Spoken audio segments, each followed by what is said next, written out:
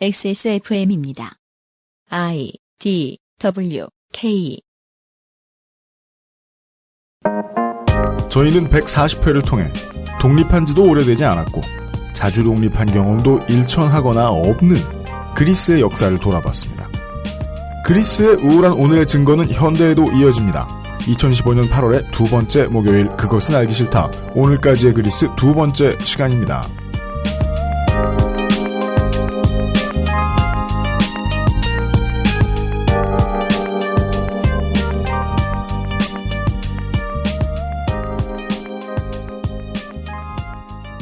그것은 알기 싫다를 많이 들어오셨다면 첫 번째로 감사드리고요. 두 번째로는 잘 아실 테지만 뭔가 덮어야 할 일이 있을 때는 두 가지 형태로 정부는 움직입니다. 정부가 움직이는지 내시들이 움직이는지 그건 우리가 확인할 수 없지만요. 행동의 주체는 파악하기 힘들죠. 그렇습니다. 첫 번째는 사건을 기획하는 거고요. 이것은 좀 기획력이 있을 때 가능합니다. 없을 수도 있던 일을 만들어냅니다. 예는 들지 않겠습니다. 그리고 두 번째는 기획력이 좀 떨어질 때 하는 방식입니다. 기획 수사를 합니다. 있지 않은 일에 대해 수사를 하거나 생긴 지 오래된 일을 다시 꺼냅니다. 예를 들어 저희들이 영화 소수의견 관련해서 작가와 감독님을 모셔놓고 이야기했을 때 한번 말씀을 드린 적이 있지요. 용산 참사 문제를 덮기 위해서 한참이 지난 사건, 수사도 다 끝난 사건을 문득 꺼내 쓴 강호순 연쇄 강력범죄 사건처럼 말이죠. 그리고 최근에는 GP에서 지뢰가 터진 사건 꽤 됐습니다. 그 건이 지금 어딘가에 잘 쓰이고 있는 것 같습니다. 그런데 처음에 이 사건이 터졌을 때는 우리가 볼만한 TV 채널을 돌리다가 볼만한 웬만한 종편과 공중파 방송의 뉴스에서는 다루지 않았습니다. 탈탈 털어 뒤져보니까요. KBS 뉴스에서 오로지 수도권에서만 나가는 생활정보 나가는 타이밍에 지뢰가 터졌다는 뉴스가 잠깐 나간 적이 있더군요. 그게 있긴 있었어요? 네. 경인권에만 나가는 생활정보 타이밍이. 전혀 없는 줄 알았는데. 무슨 GP에 관광 가지 말라는 거야. 뭔 소리야. 그리고 심지어 물난리 때 유실돼서 내려온 우리 거다라는 말을 했어요. 보통 일반적으로 그런 일이 많이 생기니까. KBS에 종북들이 없는지 지금 파악해야 될 수준입니다. 얼마 되지 않아서 국방위에 하면 라임처럼 나타나는 국방위의 김강진 의원이 국방위에 그분 혼자 계시는 거예요? 이거 북한 거 같다. 의심해야 될 것 같다. 알아보고 얘기해보겠다. 라고 말한 지 한참이 지났습니다. 네. 그리고 다 묻힌 것 같았는데 갑자기 나왔어요. 예. 반복되는 일상을 살고 있습니다. 한 주 동안 안녕하셨습니까? 히스테리 사건 파일 그것은 알기 싫다. 책임 프로듀서 UMC입니다. 이용 상임수석에 앉아 있습니다. 안녕하십니까.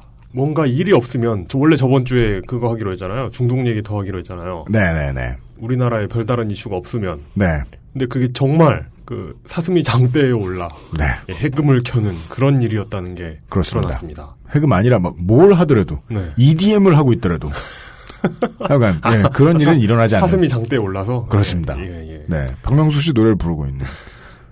오지 않을 날이라는 건 똑같다. 네. 예. 그런 조건은 걸면 안 될 것 같아요. 안 하겠다는 뜻이기 때문에. 그렇죠. 저는 그래서 그런 생각을 했어요. 누군가에 의해서 터트려지는 뉴스의 홍수를 바라보면서, 성가비를 그만 기다리게 해야 한다. 이것은 대한민국의 일상이다. 그리고 우리는 기다리고 있던 진행하던 콘텐츠가 또 있죠. 몰뚝심송 상인 고문과 함께 잠시 후에 그리스에 딱히 들을 필요가 없었다고 다시 이제 복귀해보니 생각이 되기도 하는 유구한 역사를 지난번에 들었고 이번 주부터 본격적인 오늘의 그리스의 흔적들을 되찾아 보겠습니다. 근데 그 전에 질문이 하나 있는데 물뚝심송 상인고문이 질문하십니다. 안녕하십니까. 예. 그 EDM의 E가 네. 유럽이에요? 일렉트로예요? 일렉트로입니다. 일렉트로예요? 네. 난 그걸 왜 유로라고 생각하고 있었지? 아무런 이유 없는 말씀을 하시고 계십니다. 네. 그렇군요. 네. 광고 듣고 돌아와서 그리스 이야기 시작해보죠. 맞다. 네. 어떤 분께서 메일을 보내주셨습니다. 네. 네. 메일 하나 소개해드리겠습니다. 성함을 알려주지 않으신 어떤 청취자분께서 xsfm25@gmail.com에 메일을 보내오셨습니다. 오랜만에 메일을 소개해드리면서 방송을 열게 되겠네요. 네. 더운 여름을 더 덥게 보내게 해주시는 그 알실과 요파씨 매우 잘 듣고 있습니다. 어디서 들으시기에 굳이 이렇게 메일을 보내는 이유는 이용수성님께 조그마한 도움이 되고자 함입니다. 그런데 전혀 조그마하지 않았어요. 네. 이것은 거의 인류사를 뒤집는 개가다. 예. 1599의 발음은 첫 번째 구구를 올려 읽고 두 번째 구구를 내려 읽으면 발음하기가 쉽다는 점입니다. 그리고는 이렇게 감사드릴 데가 없습니다. 그리고는 앞으로를 기대하며라고. 예. 전혀 강압같이 들리지 않는 것이 네. 피와 살이 되는 정보였습니다. 네, 이거 한번 시도해보려고요. 예, 한번 해보세요, 한번. 그것은 알기 싫다는 에브리온 TV 바른 선택 빠른 선택 1599 1599 대리운전. 아니야. 이렇게 자기적일 필요는 없어. 1599 이렇게 해야 되나? 1599 1599 이렇게 1599. 네, 고. 그건 알기 싫다는 에브리온 TV 바른 선택 빠른 선택 1599 1599 대리운전 왕초보의 무한실내 컴스테이션 나의 마지막 시도 퍼펙트 25 전화영어 프리미엄 세이프 푸드 아임닭 나에게 선물하는 저녁 한우박스 3D 컨텐츠 마켓 3크리에이터스에서 도와주고 있습니다. XSFM입니다. 한우박스. 아니, 좀 그렇잖아요. 한우를 먹으려고 연애를 하는 건 아니잖아요. 소개팅 할 때부터 자괴감이 들어요. 내가 한우를 먹으러 갈 사람을 면접 보고 있는 건가? 한우 사줄 사람을 구인하는 건가? 고깃집에 혼자 갔다고 눈치 주는 건 인권 침해 아니에요? 나는 한우를 혼자 먹을 권리가 있어. 그것도 한 번에 여러 부위 조금씩. 한우랑 연애는 세트 메뉴가 아니니까. 한우박스. 나를 위로하는 저녁. 자체 교사 자격시험을 통과한 선생님들만 수업을 진행하고 적은 학생 수를 유지해 수업의 질이 떨어지지 않는 전화영어. Perfect 25.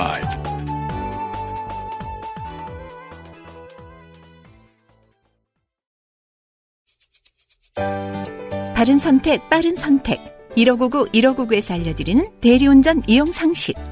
대리운전 쓰실 때마다 현금 결제와 영수증 처리 불편하셨죠? 1599, 1599 법인 서비스를 이용하시면 별도의 지불 없이 이용하고 월 단위 후불. 세금 계산서 발행과 경비 처리 참 쉬워지겠죠? 바른 선택, 빠른 선택. 1599, 1599에서 전해드렸습니다. 바른 선택, 빠른 선택. 1599. 마치 2의 2승, 뭐 그런 똑같은 얘기 같네. 그리고 이것은 마치 비새는 초가집에 한 군데만 막아놓은 듯한. 근데 이거 도움이 되나? 모르겠네. 1599, 1599 대리운전. 분명히 들어봤거든요. 그러니까 거의 모든 방송에 1599에 1599라는 말은 이용을 한 번쯤은 합니다. 네. 일반적으로 1.5회 정도 합니다. 네. 1599, 1599 뭐 이런. 진짜 이제까지 네. 한 번도 톤을 쓴 적이 없더라고요. 뭐 1599, 1599 이러면서. 네. 우리말에 원래 톤이 있어요. 그죠, 있잖아요. 예, 근데 현대로 내려오면서 많이 없어진 거죠, 톤이. 네. 그 톤을 보존하고 있는 게 경상도 방언. 뭐 그럴 수도 있죠. 네. 예. 그리고 옛날에 점 찍어서 톤을 표시하기도 하고 그랬었거든요. 아, 그래요? 예. 그 후민정음 시절엔 점을 찍었죠. 네. 예. 얼마나 사신 거냐고 여쭤볼 뻔했네요. 국어 시간 안 배웠어요? 아, 그래요? 예, 그 umlaut가 있어요. 한글은 원래. 그래요? 예. 아니, 내 졸업 평점이 2.4라니까. 내가 국문학을 배웠다고 생각하지 마세요.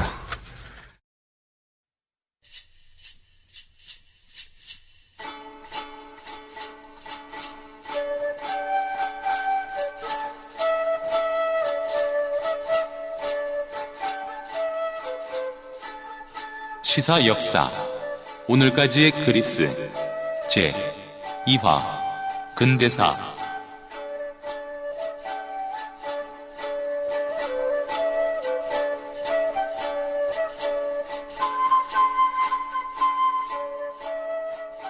지난주에요. 지난주가 아닌가? 지지난주죠? 지난주는 혹평을 들었던 네. 마사오 코너였고요. 지지난주였을 거예요. 태초의 그리스부터. 네. 그게 저게 있죠. 미드 중에 네. 그 빅뱅 이론이라는 게 있었습니다. 네. 제가 굉장히 좋아하는 미드였기도 하고 그 주인공 그거 끝났어요? 아니 계속 할 걸요? 예, 시즌 계속 이어지고 있습니다. 워낙 인기가 좋으니까. 거기에 나오는 이제 셸든 쿠퍼가 여자 주인공으로 나오는 그 페니한테 페니가 이제 남자친구한테 잘 보이기 위해서 물리학을 배우고 싶다. 그래서 이제 물리학의 대가인 셸든 쿠퍼한테 물리학을 배우기 시작합니다. 페니는 뭐 중학교 고등학교 이후로 물리학하고는 전혀 관계가 없는 삶을 살아왔고 대부분의 사람들과 마찬가지로. 예. 그 셸든 쿠퍼가 항상 그 물리학을 설명할 때 첫 말이 수천 년 전 그리스의 아크로폴리스의 달이 뜬 밤에 뭐 이러면서 시작합니다. 조심해야 될 건 뭡니까? 그 물리학도는 다 그런 식으로 막 발화한다? 근데 저는 굉장히 그게 참 좋은 설명법인데?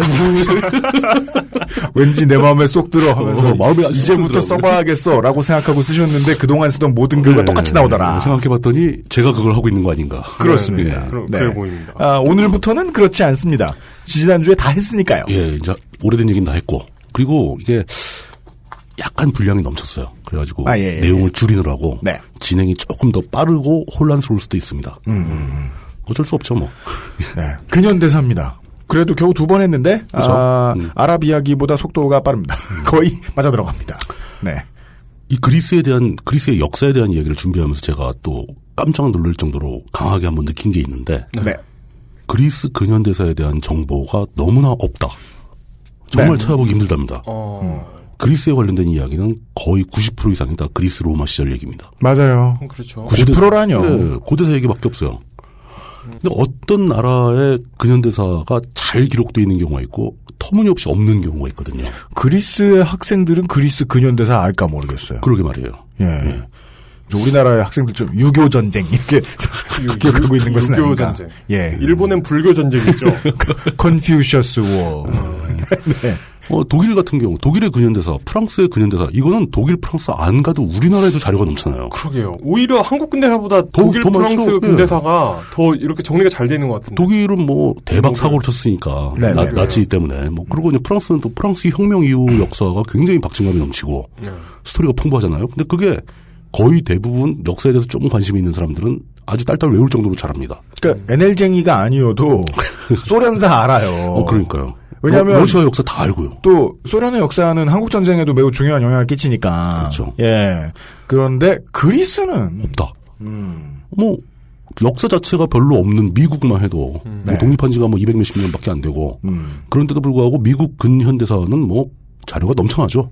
배울 일도 상당히 많아요. 또. 뭐 미국 대통령 순서까지 외우고 있는 사람 수두룩할 겁니다. 그러니까 미국은 근현대사를 안 하죠. 미국은 역사죠, 그냥. 그게 역사죠. 예. 미국은 개국했더니 대통령이 일대였으니까. 뭐 고대사가 없는 나라니까. 쉽죠, 또. 그렇게 역사, 근현대사가 정리가 잘 된 나라의 데이터들은. 그러네. 그러니까 제가 알고 있는, 기본적으로 알고 있던 그리스 근현대사는 그 2차 대전 때. 그렇죠. 그 단역이라고 해야 되나? 잠깐 나왔다가 사라지죠. 예. 심지어 해외 토픽에도 그리스가 등장하는 경우는 거의 없습니다. 그죠. 이게 어느 나라와 유사하냐면은 우리나라하고 유사해요. 우리나라도 한때 해외 토픽에 등장했던 것은 한국전쟁 때죠. 역사적으로 봤을 때. 그리고 우리나라 근현대사 자료 정말 없습니다. 그리고는 한국 사람들도 역사를 모르니까 이제 외국인을 만나면 두유노 강남 스타일. 뭐 할 얘기가 없는 거예요. 사실 저 신혼여행 갔을 때 그 플라멩고를 보러 가는데 어떤 스페인 가셨죠? 스웨덴 10대가 두유노 삐삐 롱스타킹 하는데 이거 헐 한국이들만 이러는 게 아니구나. 헐 스웨덴 10대가 얘기하는 삐삐롱 스타킹은 옛날에 나왔던 그 드라마 얘기하는 거 아닌가요? 어렸을 때 굉장히 인기 있던 삐삐라는 드라마가 있었어요. 말괄량이 삐삐. 말괄량이 삐삐.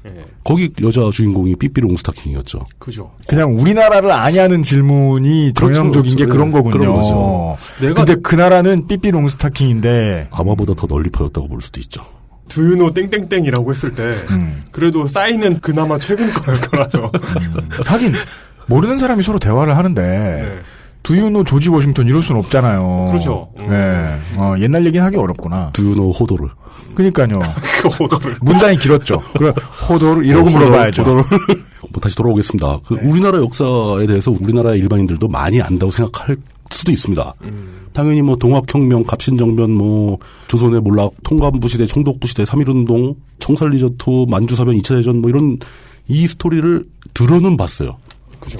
그렇지만 우리나라의 대다수의 일반인들도 우리나라 근현대사의 디테일에 대해서 그리 많이 알지 못하고 있다. 왜?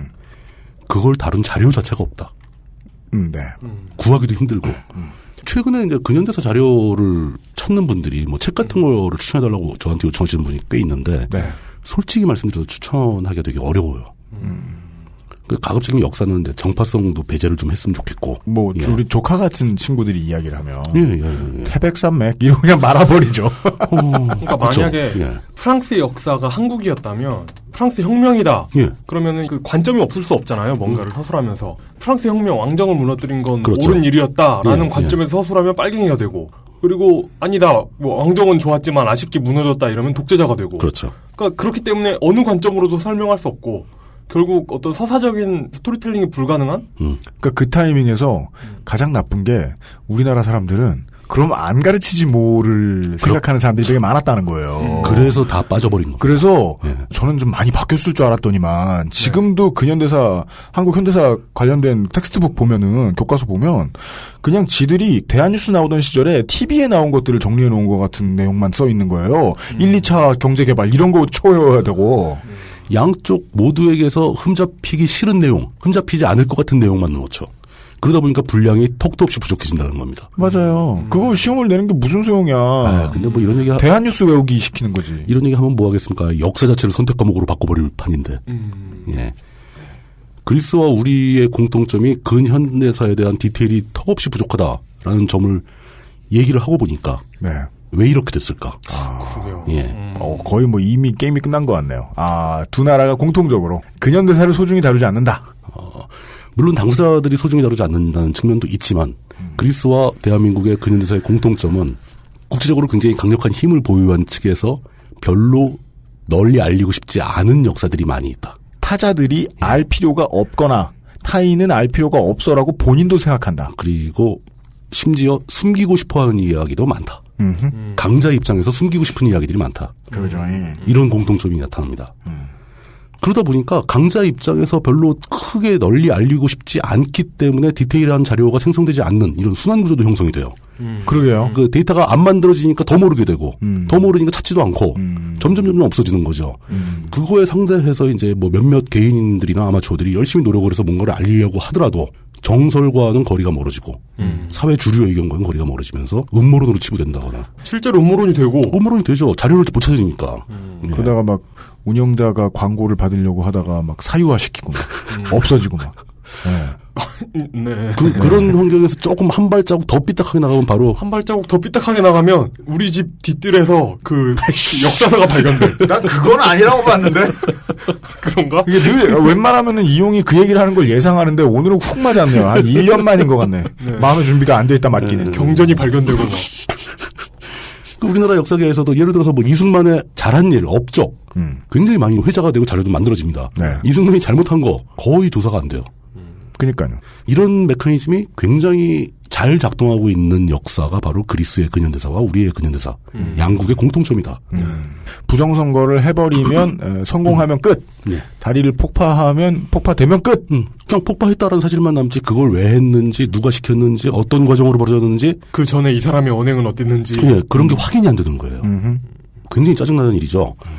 실제로 한때 중국에서 이제 동북공정 같은 거 하면서 우리나라 고대사 문제가 됐을 때 정부에서 화들짝 놀래서 자금을 투입할 테니 고대사 연구를 하라라고 이제 한국학중앙연구소 저 판교에 있는 거기에 이제 벌써 자금이 먼저 집행이 돼버렸대요. 근데 문제는 우리나라 고대사를 연구하고 있는 전문가가 없는 거예요. 거기에? 그 안에도 없을 뿐더러 그걸 전공하고 다른 일을 하고 있는 사람도 없는 거예요. 왜? 기존에는 우리나라 고대사 연구하는데 아무도 자금을 대주지 않았기 때문에 사회가 거기에 에너지를 쓰지 않는다는 얘기예요. 그동안 다 털려 먹었다. 예. 뭐 이런 식인 거죠. 내가 관심이 있어도 그거 해봤자 먹고 살 수가 없으니까 그렇죠. 요구를 못하는구나. 당연히 관심 있는 사람은 많이 있었겠죠. 역사학 전공한 사람들 중에서. 네. 근데 그거로는 생계가 유지가 안 되고 학교에 적을 둘 수가 없고 아무 일을 할 수가 없으니까 포기하게 되고 자꾸 포기를 하다 보니까 아예 씨가 마른 거예요. 이제 정작 국가가 나서서 하려고 하는 순간에 찾아보니까 전문가가 하나도 없는, 전국에 하나도 없는 이런 상황이 온다는 거죠. 지금 뭐 연변 이런 데 있는 대학교에 빠방할 거예요. 상대도 안 될 거예요. 아, 상대 안 되죠. 그 전두환 때 그런 역사 쪽에 돈이 흘러들면서 그 유사 사학이 사실은 전두환 때 이제 한국학연구소 전신 그 정신문화연구원이었잖아요. 네. 그 정신문화연구원 시절에 전두환 노태우가 대를 이어가면서 네. 좌파들의 철학이나 역사 이론에 대응할 수 있는 애국 논리를 만들어라 해서 연구소를 지은 건데 네. 그걸 연구하려다 보니까 거기 이제 뭐 마르크스주의에 대한 자료들이 많이 모일 거 아닙니까? 네. 당시에는 전국에서 그걸 자유롭게 볼 수 있는데 거기밖에 없었어요. 그때 역사학이나 교육학 같은 거 연구하는 사람들이 거기 대거 몰려들었고 네. 그 자료를 다 읽은 결과 거의 좌파의 온상이 되어버렸어요. 그렇답니다. 아니 뭐 그렇다는 우스갯소리가 있다는 거지 실제 거기가 좌파들의 학교라는 얘기는 아니에요. 그렇지 않답니다. 네. 한 사람의 의견을 들으셨습니다. 그렇습니다. 그냥 불광동의 김모 씨의 의견이죠. 네. 예. 성이 바뀌셨네. 네. 그 그리스의 근현대사를 정리하면서 느낀 점이 바로 그겁니다. 누군가 국제적인 헤게모니를 쥐고 있는 사람들이 그리스 근현대사가 널리 알려지는 것에 대해서 별로 좋아하지 않는다. 그렇습니다. 그런 느낌을 받았다라는 네. 말씀을 먼저 드리면서 시작을 하도록 하겠습니다. 네. 그리스가 이제 그 수천 년간의 세월을 건너뛰어서 드디어 독립된 국가로 새로 나기 시작한 것은 19세기 초반이죠. 1820년대니까. 1820년대. 예, 네. 굉장히 뒤로 내려온 거죠. 그 전까지 이제 오스만 제국의 지배하에 있었는데. 네. 1821년 3월 25일에 그리스인들이 반란을 일으키고 독립을 선언을 해버립니다. 그렇습니다. 그게 독립선언은 우리도 3월 3일절에 했어요. 그러니까 한국과 비교하면 좋습니다. 위대한 행위입니다. 예, 하지만 훌륭하죠. 선언만 한 것입니다. 선언만 했어요. 네. 오스만 제국이 순순히 지배권을 내놓을 리가 없죠. 그 넓은 영토를. 아니 선언을 못 막다니 이럴 나라를 수가. 그리스를 우리가 빼앗겼군. 그러면서 철군하고 넘겨줄 수밖에 없고. 그럴 리는 없죠. 그럴 리가 네. 없죠. 그래서 전쟁이 다시 벌어지고 그러는데 이 그리스 독립전쟁을 그리스인들이 일으킨 건 맞아요. 맞는데 사실은 그리스 독립전쟁을 배후에서 지지하고 후원한 사람들, 특히 그 에너지를 동원한 사람들은 네. 유럽의 열강들이라는 거죠. 네. 그 사람들은 그리스가 예뻐서 그런 게 아니라 오스만을 축소시키고 오스만을 축출하기 위해서라고 보는 게 정상이겠죠. 지난 회에도 제가 살짝 그런 얘기 드렸는데요. 자원 없는 아랍이다. 바로 그거예요. 네. 자원은 관광자원. 그러니까 네. 뒤에 있던 퍼펫 마스터, 그러니까 그 인형 그렇죠. 부리는 예. 존재가 똑같다, 아랍과. 네. 비교적. 네. 네. 똑같죠. 네. 그때 당시 유럽은 전 세계를 자기네가 다 조종을 하려고 들었어요. 네. 네. 실제로 그리스도 그 대상이었습니다. 그리스가 최초 이제 공화국이 수립되고 러시아의 외무부 장관을 하던 그 먼저 시간에 얘기가 나왔었습니다. 네. 그 요한니스 카포디스트리아스라는 사람이 초대 공화국의 대통령이 되는데 열강에서 보기에는 저게 대통령이 있으면 마음에 안 드는데 뭐 이렇게 되는 거죠. 그렇습니다. 바로 공화국을 무시해버리고 왕을 옹립하게 되죠. 네. 정통성이 유럽이 서유럽에 있어야 되는 거 아니야? 그렇죠. 이러면서. 예. 그래서 왕족들끼리는 뭔가 다 인적 관계가 있고 막 서로 이어져 있으니까 유럽은. 네. 그래서 야 우리들 중에 누구 하나 왕족이 가서 왕이 되어야지 왜 저기가 대통령 공화국이 돼? 네. 이런 논의가 오가게 된 거죠. 저기다가 이제 뭐 말이 킹이지 자기들 입장에서는 카운트. 그렇죠. 예, 뭐 공이나 작 하나 꽂자. 예. 예. 뭐 어느 나라 저 왕자 중에 놀고 있는 사람 하나 갖다 꽂자. 놀고 있는 사람. 예. 네. 어디 강화도에서 데리고 와가지고 예. 하나 꽂자. 뭐 이런 식이 돼서 그냥 즉시 국왕이 즉위를 하죠. 5톤 국왕. 지난주에 그 두 돈 반 딥의 대상이었던 5톤 네. 국왕이 육중한 몸을 이끌고 와서 네. 갑자기 군주제가 돼버린 거예요. 네. 그러니까 초대 공화국이 생겼다가 금방 없어지고 다시 군주제국가 됩니다. 이때는 입헌 군주제도 아니에요. 네. 기념 절대 군주입니다. 네. 군주를 그 5톤 국왕을 즉위시켜 놓고 그 유럽 열강들은 이제 막 선물인지 뭔지 모를 걸 잔뜩 주죠. 네. 뭐 땅도 좀 더 떼주고 그 5톤 국왕한테 막 뭘 주는데 그 중에 이제 돈도 한 무대기를 줍니다. 네. 근데 돈을 기양 주는 게 아니고 그게 채무죠. 그렇죠. 네네. 대출해준 은행은 그 로스차일드 은행입니다. 그 유명한. 네. 거기서 굉장히 고리의 자금을 빌려 쓰게 되고 그때부터 그리스는 이걸 갚아야 돼요. 이거 이건 뭐라고 해야 되나? 어떤 돈을 빌려주는 게 호의가 될 때가 있잖아요. 그렇죠. 예. 호의도 아니고 그렇다고 악의가 있는 것도 아니고 그 요식 절차 같아요. 그러니까 너를 내 밑에 두기 위한 요식 절차 그렇죠. 이런 거 고리를 걸어둔다라는 표현이 더 적절하겠죠. 그러니까 납치해서 새우잡이배 일 시키면서 선금 주는 것 같은 거. 비슷하죠. 예. 이렇게 되니까 로스차일드 은행의 대출을 갚기 위해서 대출금 원금도 아니고 이자를 갚기 위해서라도 네. 오톤 국왕은 그리스 국민들을 대상으로 세금을 더 얻을 수밖에 없게 됩니다. 네. 이 그리스 사람들 입장에서는 오스만 제국이 지배하던 시대보다 세금을 더 내게 됐어요. 네. 우리가 뭘 한 거지? 뭐 이런 생각이 들겠죠. 그렇죠. 그러니까 이 사람은 돈 빌려서 뭐 했어요? 그냥 그 왕의 권위를 세웠겠죠. 네. 예. 아니 그렇게 생각하면 안 되는 것이 이 사람에게 대단한 선택권이 있었을 리가 없다라는 게 이제 합당한 추정이죠. 자의적으로 뭘 하지도 못했을 겁니다. 예. 결국 우리나라도 이제 해방되고 나니까 뭐 국가 기능이 더 무력해지고 더 살기 힘들어져가지고 45년 해방 뒤에 그 나이 많으신 분들 중에서 야 이럴 바야 일제가 더 낫지 않냐 뭐 이렇게 말씀하시는 분이 있을 정도로 그렇습니다. 그리스도 똑같은 걸 그때 겪었다는 거죠. 네. 그러면서 그리스의 국왕이 된 사람도 그렇고 그리스 국왕들도 뭐 이제 국민들의 이해관계, 국민들이 원하는 걸 하고자 할 거 아니겠습니까? 네. 그리스인들의 독립의지는 꽤 강했고 그 의지가 상징적으로 표현되는 게 바로 위대한 야망 뭐 이런 건데 그리스의 꿈이죠. 영토 회복. 네. 고토 회복. 고토 회복. 예. 그 그리스의 고토라 하면 그냥 뭐 옛날에 그리스가 지배했다고 역사에 써 있는 지역들. 네. 대부분 뭐 이제 불가리아 땅이라든가 알바니아 땅이라든가 뭐 그 터키 해안 지방. 그렇죠. 제일 큰 게 터키가 지배하던 오스만이 지배하고 있던 땅을 뺏는 게 목표였어요. 네. 그게 이제 쭉 진행되면서 그 영토 회복의 노력은 1947년까지 진행이 됩니다. 네. 물론 이제 1947년에 그때 공식적으로 그리스가 그걸 포기한다고 선언을 하는데 그 뒤로도 영토 분쟁은 끊임없이 있어요. 이제 작은 것들이죠. 네. 큰 영토 분쟁은 이제 그때 진행이 시작됐고 1차 세계대전이 벌어지면서 그리스는 이제 유럽이 막 편먹고 싸우니까 자기들도 어떤 편을 하나 골라야 될 거 아닙니까? 그 1차 대전에 싸움이 벌어졌던 그 양측 중에 한 측을 보통 삼국 협상이라고 부릅니다. 네. 이게 트리플 안탄트라고 부르는데 안탄트. 이게 스페링은 엔텐테 같잖아요, 이게. 네. 그 읽기 나름입니다만. 네. 그 트리플 안탄트라고 흔히 부르는 그 삼국 협상, 즉 영국, 프랑스, 러시아 동맹이 한 축이고. 그죠. 그 다음에 그 상대편은 동맹국이라고 불렀습니다. 네. 독일 제국, 오스트리아 헝가리 제국, 그리고 오스만, 불가리아 연합, 뭐 이런 식의 편먹기가 이루어진 거죠. 그렇죠. 네. 예. 이렇게 되게 되면 그리스는 아무리 봐도 이 삼국협상 쪽 편을 들 수밖에 없게 되는 거죠. 그죠. 일단 독립부터가 영국, 프랑스 개입으로 독립을 했고. 왕이 그쪽에서 왔어요. 네, 왕이 그쪽에서 왔고. 그래가지고. 또, 그 독립한 동력이라고 해야 되나? 그렇죠. 또 오스만 제국으로부터의 독립이. 그렇죠. 그게 동력이라고 할 수 있는데. 오스만이 제일 싫었던 거죠, 사실은. 네. 오스만 반대편으로 가야죠. 편을 들었다라고 말하면 왠지 자유의지가 개입한 것 같으니까요. 네.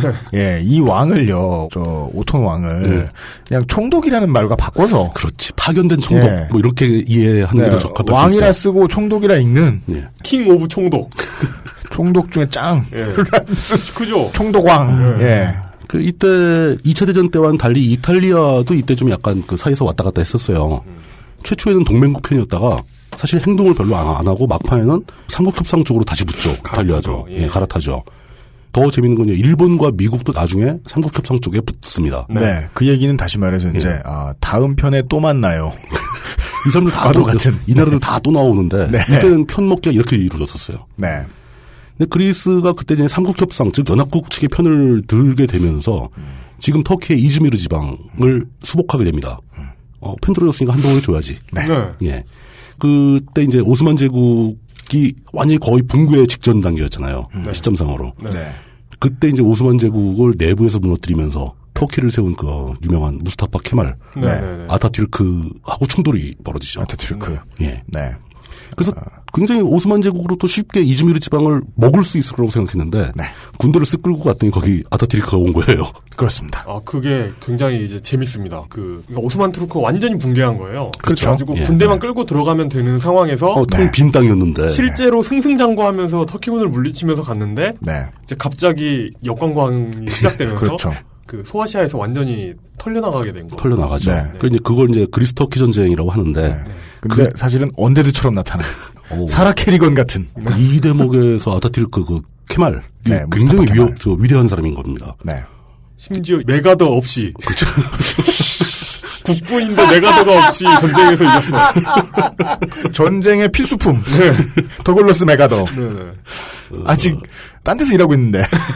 예. 연관 장교인데 그때는. 저는 메가더 생각만 하면 그 옥수수 파이프가 생각이 나죠. 예. 예. 그거 한번 피워보고 싶은데 네. 구하기 되게 힘들더라고요. 예. 그래요? 네.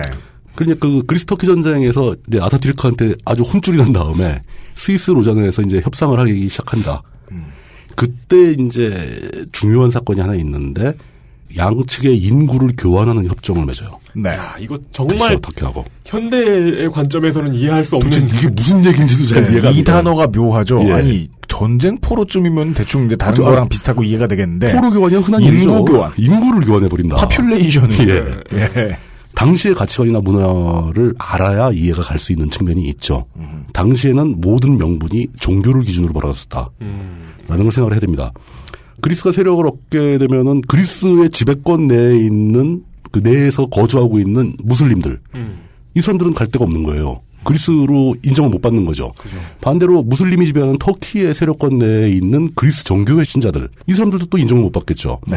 그러니까 협정을 맺어서 서로 교환을 하자. 근데 문제는 그게 숫자가 적지 않다는 거죠. 네. 그러니까요. 그러니까 그 터키령 내에 있는 이 그리스 정교회 신도들이 약 150만 정도가 됩니다.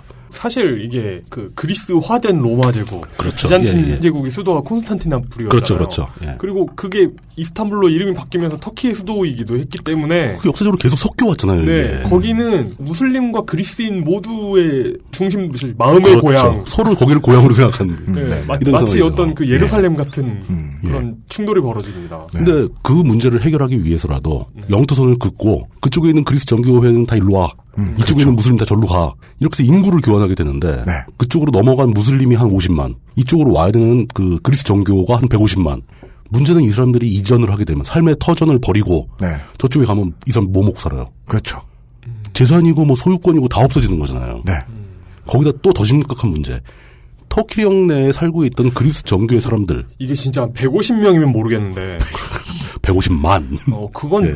진짜 부담되지 않나? 부담되는 정도가 아니죠. 그리고 더 심각한 문제가 이 사람들의 재산도 문제지만 터키령 내에 있는 그리스 정교 신도들이 터키 말을 쓰고 터키 풍습을 가진 사람들이라는 거예요. 그러니까 안 그래도 그러니까 이 포인트가 그거인 것 같더라고요. 국적으로 딱딱 갈라서 그냥 국적이 우리 쪽인 사람들이 거기 있다. 그랬으면 얘기가 쉽잖아요. 그러면 되게 법적으로 되게 쉽죠. 근데 처음에 동네를 돌아다니면서 정교 거수 교회가 정교회 스타일로 돼 있어. 그래서 이제 공문 줘요. 오라고. 그래서 이제 받아보더니 이게 무슨 소리입니까라고 터키말로 되물어. 그렇지. 네. 그리스 말을 몰라. 네. 그러니까 종교만 가지고 가릴 수 있을 줄 알았더니 고향도 어디고 뭐 친척도 저기 있고 언어도 다르고 문화도 달라. 그러니까 일단 뭐 정치적인 명분이 종교에 있었기 때문에 종교로 나누기 시작했는데 그 종교를 능가하는 그 사람들이 살아온 관습, 풍습, 언어, 뭐 삶의 터전 이게 서로 다른 거예요. 이런 사람들이 150만이 일거에 쏟아져 들어온다고 생각을 해보세요. 한 사회에. 그 사람들 어떻게 먹여 살릴 거냐는 거죠. 네. 나중에 그 사람들이 터키에 두고 온 그 재산을 또 터키 정부와 협상을 따라 받아야 되는데 여기서 그리스가 또 뭐 밀려가지고 왕창 양보를 합니다. 이게 협상이 되나? 그럼 당연히 터키는 안 주죠. 그걸 왜 주겠어요. 그럼 뭐 땅을 퍼가나? 뭐 어떻게. 그래가지고 이제 그 문제가 아주 이 그리스 근대사에 큰 영향을 끼치게 됩니다. 그때 근거지를 잃고 그리스로 넘어오게 된 100만이 넘는 그 사람들이 그리스의 하층 계급을 형성하게 되죠. 그리고 이 사람들은 그리스 정부에 대한 불신이 있고 또 그들 중에 상당수가 사회주의에 경도되기 시작합니다. 지금까지도 해결됐을 리가 없습니다. 길어봐야 2세대밖에 안 지났거든요. 그거 얼마 안 되는 시점이에요. 예. 그러니까 이게 아까 얘기했던 대로 국적 개념도 아니고 뭐 종교로 사람을 갈라놔 버리니까 아주 광범위한 부작용을 유발을 시켰다. 그러니까 물론 뭐 그 당시에 적당히 무능했던 정치인들은 할 말이 있을 겁니다. 그럼요. 너네 거기 있었으면 청소당했다. 다 죽었을 것이다. 예. 실제로 학살도 많이 벌어졌어요. 헤르체고비나 안 보냐.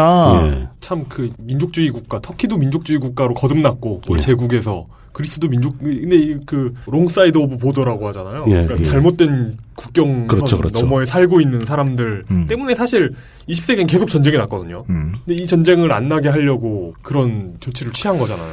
사실은 그게 이제 그 사람들이 거기 어지간히 있었으면은 그 사람들이 사는 지역을 그리스 영토로 띄워주면 돼요. 영토를 바꾸면 돼요. 영토를. 지도가 좀 이상하더라도. 동베를린, 서베를린. 예, 뭐 그런 식으로. 근데 문제는 그리스 정교와 무슬림의 역사적 관계는 그렇게 영토를 좀 수정해서 어떻게 나눌 수 있는 단계가 아니라는 거죠. 그렇죠. 네. 완전히 짬뽕이 뒤섞여 있으니까. 진짜 예루살렘하고 비슷하네요. 예. 그러니까 이게 그리스 역사에 굉장히 큰 영향을 끼칩니다. 그리고 이때부터 그리스의 사회주의 운동이 싹을 틔우기 시작하는 거죠. 네. 그러니까 터키랑 그리스는 사실 지금은 감정은 어떨지 몰라도 평화롭게 지내잖아요. 근데 이게 대리전을 치르고 있는 네, 맞아요. 이 감정을 서로 격양돼 있는 감정의 대리전을 치르는 나라가 사이프러스입니다. 그렇죠. 키프러스. 예, 키프러스라고 하죠. 예. 이런 그 아주 복잡한 과정을 거치면서 이제 그리스는 이제 2차 세계대전을 맞이하게 되는데 2차 세계대전은 1차 대전과는 완전히 다른 양상으로 전개가 되죠. 일단 편먹기가 달랐어요. 네.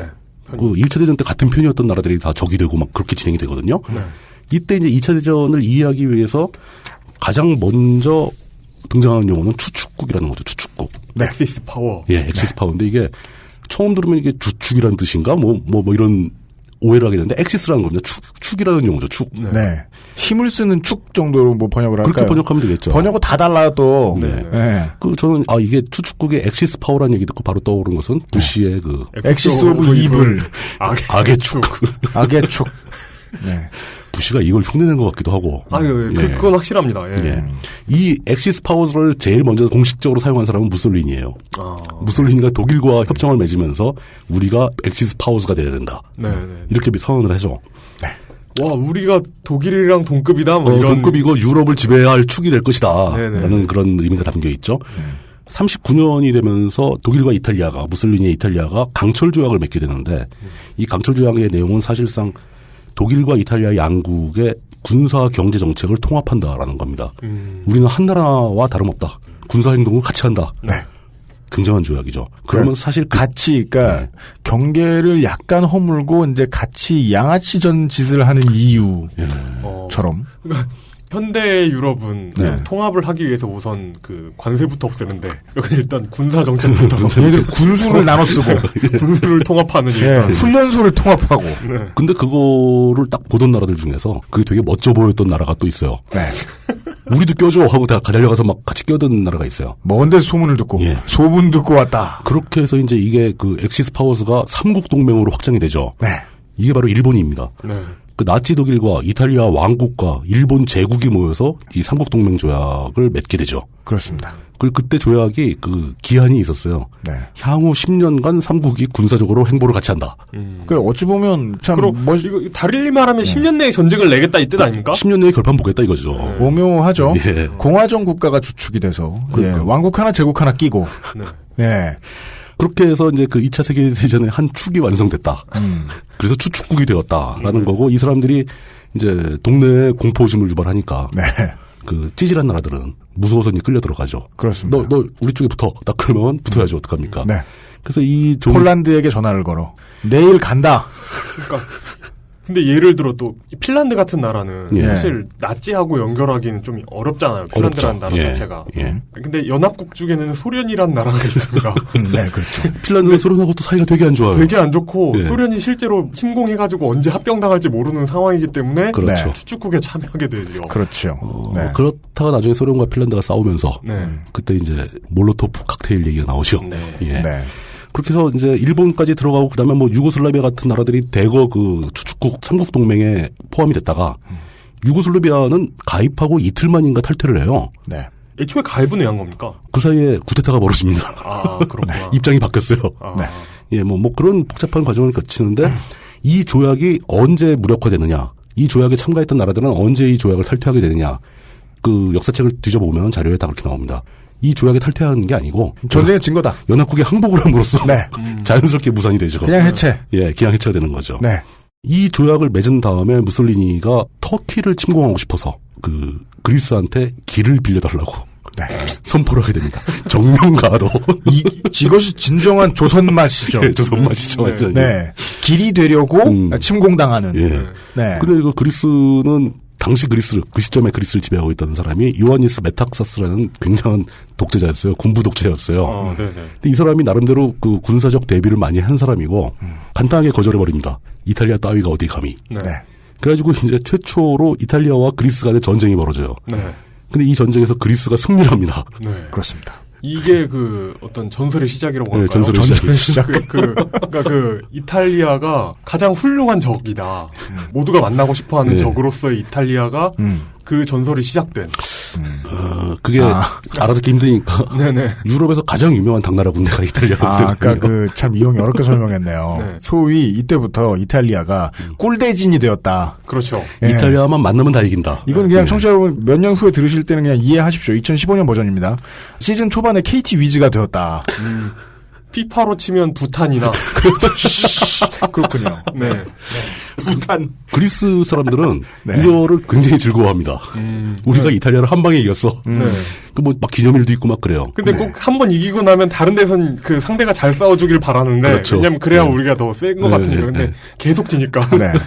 뻐꾸가 나버려가지고. 이탈리아는 참 대단한 나라였어요. 네. 흔히 역사책에 많이 써있기로는 추축국들이 전쟁을 벌였는데 그 최초로 연합국 측이 승리한 전쟁이었어요. 네, 그렇다고 하죠. 그러니까 선빵을 한데 강하게 맞은 거야, 추축국이. 예. 그러니까 그런 거죠. 저기 되게 싸움을 잘하는 우리 동네에 미친놈이 하나 있어요. 제일 그렇죠. 잘하는. 걔 옆에 애들을 똑같이 이렇게 싸움 잘하는 애처럼 위협하고 다니는 양아치가 하나 있어요. 그 건들거리는 애가 하나 있죠. 걔는 보통 범생이한테 한 대 맞는 일이 생깁니다. 괜히 혼자 갔다가. 예. 그렇죠.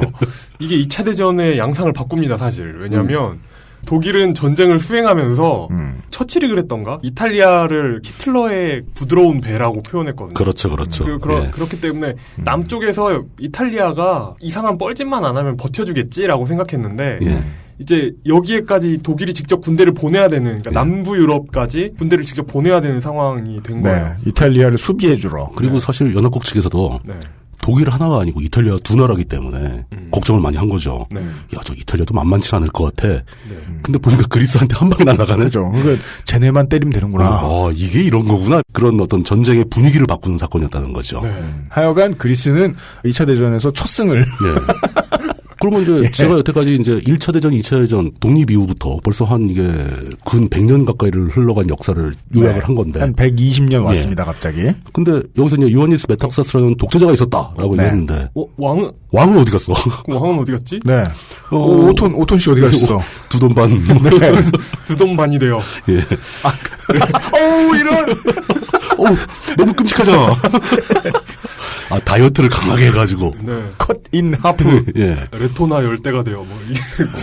그래서 이제부터 이 기간 내에 그리스의 두목은 어떻게 바뀌어왔는가? 그렇습니다. 그리스 학생들도 잘 모르는. 왜냐하면 한국 학생들은요, 나라 왕 나라 조종 이렇게 외우면 되잖아요. 그리스 학생들은 힘들어요. 왕, 대통령, 총리, 왕, 직책이 달라, 막. 그러고 보면 한국은 참 그 역사가 단선적이라고 해야 하나? 뭐랄까, 좀 순리에 맞게 발전한 것 같기도 해요.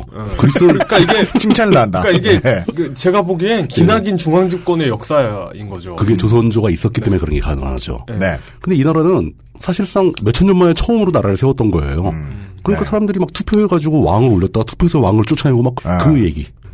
어려운 이름들을 이제 방송을 통해 들으시기 전에 어려운 이름을 가진 광고를 들으시고 돌아와서 얘기 나눠보죠. 쓰리 크리에이터스인가 보군요.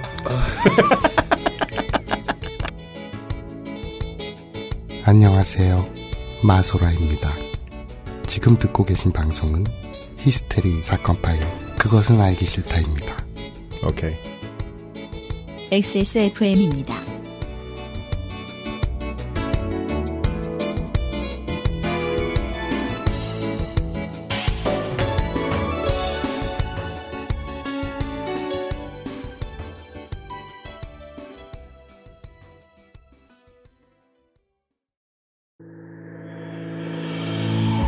당신의 디자인을 공유하거나 판매하고 싶습니까? 창의적인 디자인을 실제로 만져보고 싶나요? 3D 컨텐츠 마켓 3크리에이터스에서 가능합니다. 나만의 포트폴리오를 구성하고 출력하고 마음에 드는 디자이너를 구독하고 좋아하는 디자인을 모을 수도 있죠. 3D 컨텐츠 마켓 3크리에이터스 3크리에이터스가 8월까지 최대 100만원, 총 300만원 상당의 상금, 기프티콘 및 디자인 무료 출력의 기회를 드립니다. 자세한 내용은 3크리에이터스 홈페이지 3creators.co.kr을 참고하세요.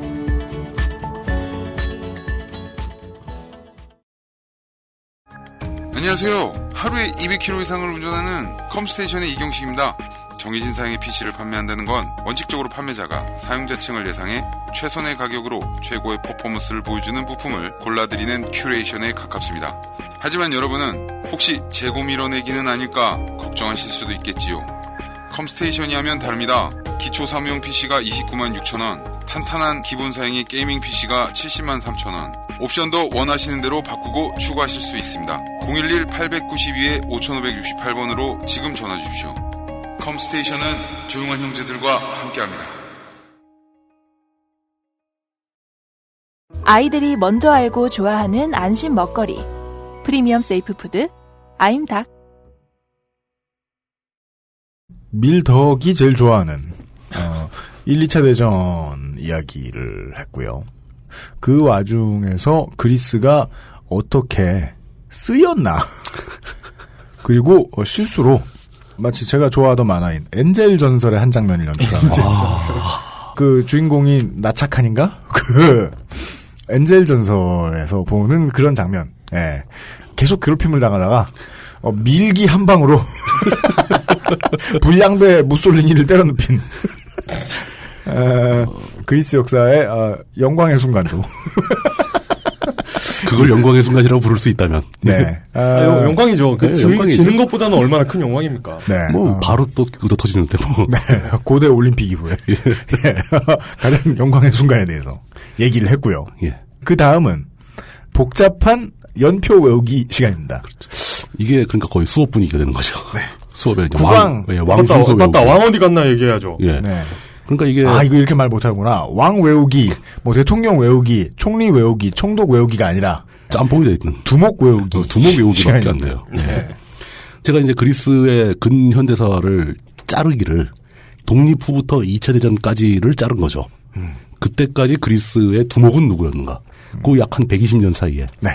무지하게 바뀝니다. 여러분은 첫 번째 두목인 두돈방 곱하기 2 왕을 알고 계십니다. 5톤. 네, 그 5톤 구간. 네네. 그 원래 그 유럽 언어로는 오토라는 이름이 많죠. 네, OTTO. 예, OTTO. 근데 이게 그리스식으로 가면서 5톤이라고 이름이 바뀐 겁니다. 네. 예. 오토폼 비스마르크 뭐 이런. 예, 맞습니다. 그 말 나온 김에 이 도대체 그리스 사람들의 이름을 정확하게 발음하는 방법을 제가 확신을 가지고 설명을 못 하겠어요. 네. 가장 큰 원인은 일단 제가 그리스어를 모릅니다. 저는 그게 더 좋다고 생각합니다. 예. 예를 들면 이제 그것을 열심히 배우던 홍성갑이 아랍 이름을 말하기 시작할 때의 그 이질감. 네. 과 폭력성의 발현. 그러니까 이제 이 이름이 약간씩 틀리더라도 워낙 또 유럽 쪽에는 같은 이름을 놓고 발음을 서로 다르게 하니까. 그러죠. 그 중에 어디 변방의 발음이라고 생각하시면 좀 이해해 주실 수 있을 것 같습니다. 예. 오톤 국왕은 1815년생인데 1832년에 20살도 안 되는 나이에 그 왕으로 부임을 합니다. 그렇습니다. 부임. 이게 즉위라고 말하기가 미안해요, 진짜 솔직히. 네. 예. 그때 즉위 당시에 뭐 당연히 그렇겠지만 유럽 열강들은 섭정을 심죠. 네. 왕이 지 맘대로 할까봐. 그때 이제 오톤이 즉위하면서 유럽 열강들은 뭐 덴마크나 영국이나 이런 나라들이 섭정을 막 심었는데 오톤은 그래도 약간 자의식이 있었는지. 최악인데? 이런 사람. 그 섭정들이. 너무 불쌍하잖아요. 이런 사람이 자의식 있으면. 사실은 섭정은 이제 그 유럽 열강의 이익에 복무한 사람들이잖아요. 네. 국민들의 인기를 잃게 된다는 거죠. 그렇습니다. 그러자마자 섭정들을 제거를 합니다. 네. 제거를 하고 자신 스스로가 절대군주의 역할을 하려고 듭니다. 끊임없이 노력을 합니다. 네. 그랬는데 한마디로 얘기해서 이 오톤에서 표현한 좋은 문장을 찾았어요. 절대군주로 자리 잡고 싶어 했으나 충분히 두려운 왕도 아니고 충분히 사랑받을 왕도 아니고 충분히 존경받을 왕도 아니었다. 얼마나 쉽습니까? 고종. 위험도 지지도 없는 왕이었다. 그렇죠. 아니죠. 고종하고는 느낌이 다릅니다. 상당히 달라요. 최소한 고종 황제는 적법한 왕이었어요. 그러니까 정통성도 있고. 적통과 정통성 있는 왕이었잖아요. 결국 오톤은 이제 근데 위험이 없고 실천력이 떨어지며 누가 죽인 것으로 의심되는 상황으로 생을 마감한다. 네. 그냥 대충 이런 거죠. 한번 절대군주가 되어보려고 노력은 많이 했는데 노력만 했다. 성과는 별로 없었다. 그리고 결국 본인 스스로가 어떤 그 열강들의 도움으로 왕위에 그냥 앉혀진 그 한계가 있었고 열강들의 비위를 계속 맞춰야 한다는 그 문제 때문에 국민들의 지지를 잃게 되는 거죠. 네. 그러다 1862년 딱 30년간 왕위에 있다가 폐위됩니다. 폐위돼서 뭐 하세요? 잠시만요. 그 뜬금없이 물어보면 제가 헷갈립니다. 왕이 너무 많아가지고 이 뒤끝도 제가 다 못 외워요. 예. 저 터키를 상대로 크림 전쟁이라는 걸 벌였을 때 그때 참전해서도 별로 이렇게 잘 성과를 못 거뒀고. 네. 근데 이제 오톤 왕이 그 국민들의 지지를 받지 못한 가장 큰 이유가 무엇인가? 뭐 일을 잘 못하는 것도 있었지만 뜻밖의 역시 그것도 종교 문제였습니다. 오톤 국왕은 신교도였어요. 유럽에서 왔지. 예. 심지어 서유럽에서 왔지. 그 오톤 국왕의 부인 왕비조차도 신교도였어요. 그 국민들이 그리스 종교 신자가 아닌 사람을 왕으로 잘 인정을 못한 거죠. 그렇습니다. 바로 뒤를 이어서 즉위하게 되는 요리오스. 요리오스는 이름이 또 뭐 게오르기오스라고 읽기도 하고 요르요스, 예, 요르고스라고 읽기도 하고. 네, 그 미국 가면 조지어스, 네, 뭐 거의 그런 발음이죠. 네. 예. 그 요르스 1세는 부임하자마자 정교로 개종을 합니다. 부인은 원래 그리스 정교도 출신이었어요. 네. 이분도 여전히 부임하시네요. 예, 그렇죠. 즉위하지 않으시고. 제가 부임이라는 표현을 쓰는 게 이게 옳진 않은데. 네. 오톤 국왕이 1862년 10월 달에 폐위가 되고 63년 3월에 요르스 1세가 영국과 프랑스의 도움으로 역시 또 왕위에 오르게 됩니다. 이때 왜 요르스가 후계자가 되느냐. 이 상황도 굉장히 복잡해요. 이것도 한참 얘기를 해야 되는데 실제로 국민들이 원했던 왕은 그 국민들이 어차피 유럽 열강에서 보내줄 바에야. 어차피 공화국은 텄으니. 네, 그러니까 또 그리스 국민들은 상당히 왕정을 좋아하기도 했나 봐요. 그래서 차기 왕은 이 사람이 됐으면 좋겠다. 그게 슬퍼요. 그리스에 있던 어떤 귀족이나 뭐 이게 있는데 그 사람을 꽂으라는 게 아니고. 그게 아니고. 다른 나라의 이 왕족 중에서 이 사람을 데리고 왔으면 좋겠다인 거예요. 저 사람이 와줬으면 좋겠어. 뭐 인기 투표 같이. 예, 이건 무슨 빌보드 K-팝 차트 같은 거예요. 그렇게 가장 인기 있었던 사람이 당시 영국 빅토리아 여왕의 둘째 아들이었던 알프레드 왕자였습니다. 네, 빅토리아 여왕의 손을 그러니까요. 그리스 국민들이 왕해달라고 꼽습니다. 근데 빅토리아 여왕 본인이 반대래요. 네. 내 아들을 보낼 수 없다. 이왕 와가지고 통치를 하는데 어차피 우리가 안 뽑고 그냥 절대군주로 있을 거면 힘센 나라에서 힘센 사람이 왔으면 좋겠다라는 게 아니었을까요? 좀 중요한 인물이 오면은 못 건드릴 거 아니냐. 뭐 이렇게 되는 거죠. 그러니까 저는 한반도가 그리스 정도 위치에 있었으면은 우리에게 일어났을 일이 아닌가 생각해요. 우리도 충분히 이런 일을 겪을 수 있었겠죠.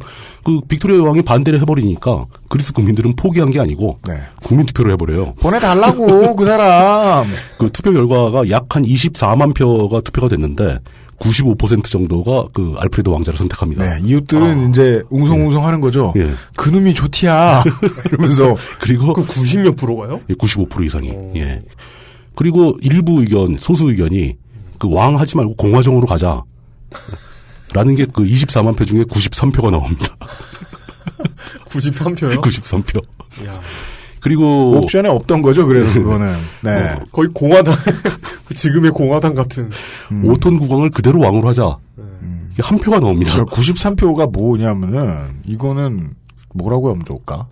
뭐 냉방을 해야 되는데 큰 팬을 달까 에어컨을 달까 공조기에 덕트를 달까 그 중에서 막 한두 표가 수냉 쿨러를 달자 뭐 이런 뭐 그런 독특한 것 같은 독특한 취향을 가진 사람들. 예, 원래 옵션에 무슨 주관식으로 낸 거 아니에요? 93표는 정말 이때는 거의 주관식이었죠. 주관식은 개표도 힘들겠다.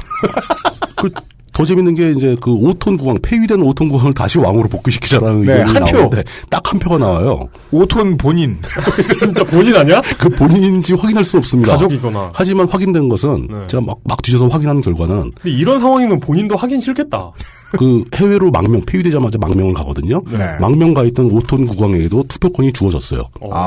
부재자 투표권이에요? 그 딱 투표함을 받아가지고 딱 가지고 갔겠죠. 재외 국민이 돼서 그 한 표가 아마 이 한 표가 아닐까 하는 추정은 가능한데 좀 민망하긴 했겠죠. 나를 뽑다니. 오톤 국왕 시절에도 그 입헌 군주제로 전환하자, 즉 의회를 설치하자, 헌법을 만들자라는 논란이 많이 있었습니다. 오톤은 반대를 했죠. 그 요르스 1세는 즉위하자마자 단원제 의회를 설치를 합니다. 그러면서 확실하게 논의를 끝내고 입헌 군주제로 전환을 시킵니다. 그 요르스 1세의 가장 큰 업적 중에 하나예요. 그러니까 절대 군주가 있던 왕정에서 그래도 그나마 입헌 군주제로 전환시킨 왕이다. 의회가 생겼다. 그렇죠. 네. 부임한 왕 입장에서는 어차피 바깥에서 이래라 저래라 할 것 같으면 자기는 그냥 뭐 마실만 나가는 왕을 하나, 시키는 걸 하는 왕을 하나. 그렇죠. 후자가 좀 더 귀찮겠네요. 그리고 이제 그리스의 유권자들이 이폰 군주제를 많이 요구를 했던 거죠. 오톤 시절부터. 네. 그걸 받아들여 준 거죠. 그 요리우스 1세의 인기는 상승을 하겠죠. 우습다는 말 같지만 나름 그리스 국민들은 계속 자치권의 확대를 요구하는 그렇죠. 거죠. 뭔가를 끊임없이 요구하고 있다는 얘기죠. 예. 요리우스 1세가 즉위하자마자 영국은 그 이오니아 제도를 그리스한테 선물로 할양을 하죠. 사실 영국 식민지였거든요. 이오니아 제도가. 그리고 영토도 많이 늘어납니다. 요리우스 1세가 영토 확장도 꽤 했어요. 네. 이 시절에 이제 영토가 많이 늘어나고 여기에 영토를 주변국에서 자꾸 뺏으니까 이 행위에 불만을 품었던 불가리아의 비밀 결사 그 조직원이 와서 암살을 합니다. 네. 1913년 그러니까 요리우스 1세는 굉장히 오래 왕으로 있었습니다. 벌써 딱 반세기. 예, 딱 50년간. 네. 아마 유럽에서도 손꼽힐 겁니다. 두 번째인가 오래 즉위한 왕이었을 거예요. 아, 진짜요? 예.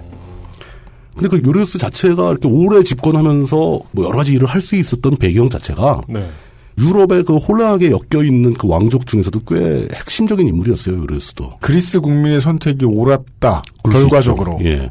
요리우스의 친형, 프레데릭 8세는 덴마크의 국왕입니다. 네. 덴마크 왕의 동생인 거죠. 그리고 누나, 친누나인 알렉산드라는 영국 에드워드 7세의 왕비입니다. 그리고 여동생 나그마르라는 여동생이 있었는데 나그마르의 이름이 러시아 말로는 마리아 표트로브나예요. 네. 러시아 제국의 알렉산드로 3세의 황후입니다. 형제 자매가 다 왕인 거예요. 집안 전체가 왕이 아니면 왕비고 스스로 또 이게 그 정통성을 가진 혈통이라는 게 당시 이제 유럽 왕족들이 대부분 그랬죠. 비잔티움 제국 황제들의 후손인 거예요. 완전히 혈통파죠. 그럼 진짜 그 완전 로마 제국 황제잖아요. 그렇죠. 그렇게 이어져. 로마 제국 황제의 후손들을 그 원하고 있는 거네요. 그러니까 무섭다는 듯이 표현했는데 이게 한국에서는 느낄 수 없는 유럽 일반의 상황이다. 그렇죠. 예. 이런 건 우리 쪽 이 극동 지방에는 굉장히 좀 낯선 상황이죠. 아니 뭐 한국 사회도 겪은 적은 있습니다만은 고려 시대에 근데 고려 시대는 그랬죠. 네. 사실 우리가 이거와 비슷한 상황이 되면 뭐 중국의 왕실과 조선의 왕실이 서로 결혼하고 일본에서 공주를 데려오고 뭐 이런 게 있어야 되는 건데 우리는 그러진 않았잖아요. 네. 예. 그렇죠. 조정에서 대신들이 논의를 해가지고 다음번에는 어디 저 북경에 있는 누굴 데리고 오자. 뭐 그런 식이 되어야 되는데.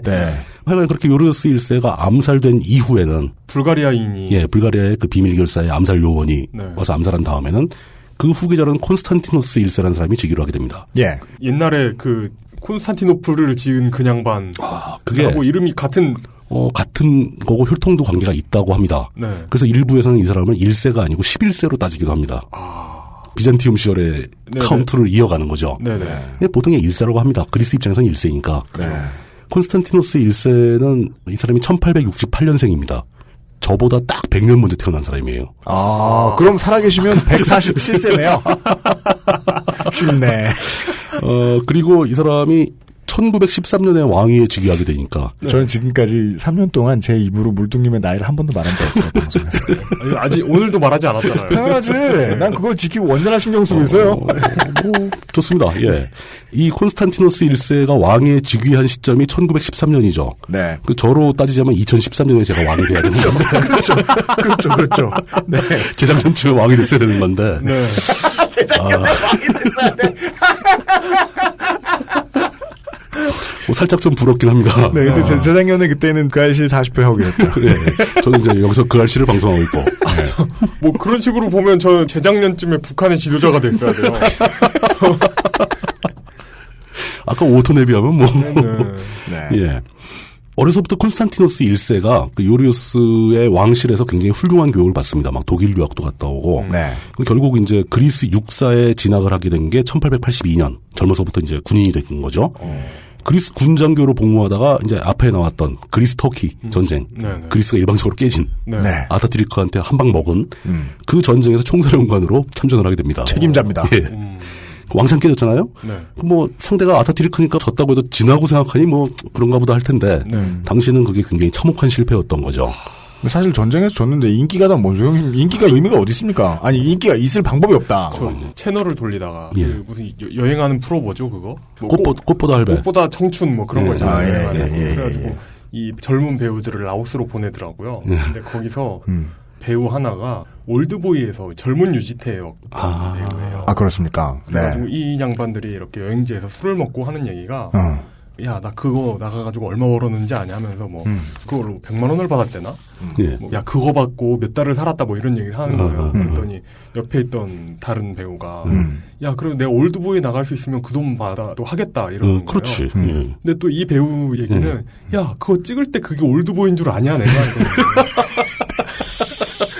그 말도 맞네.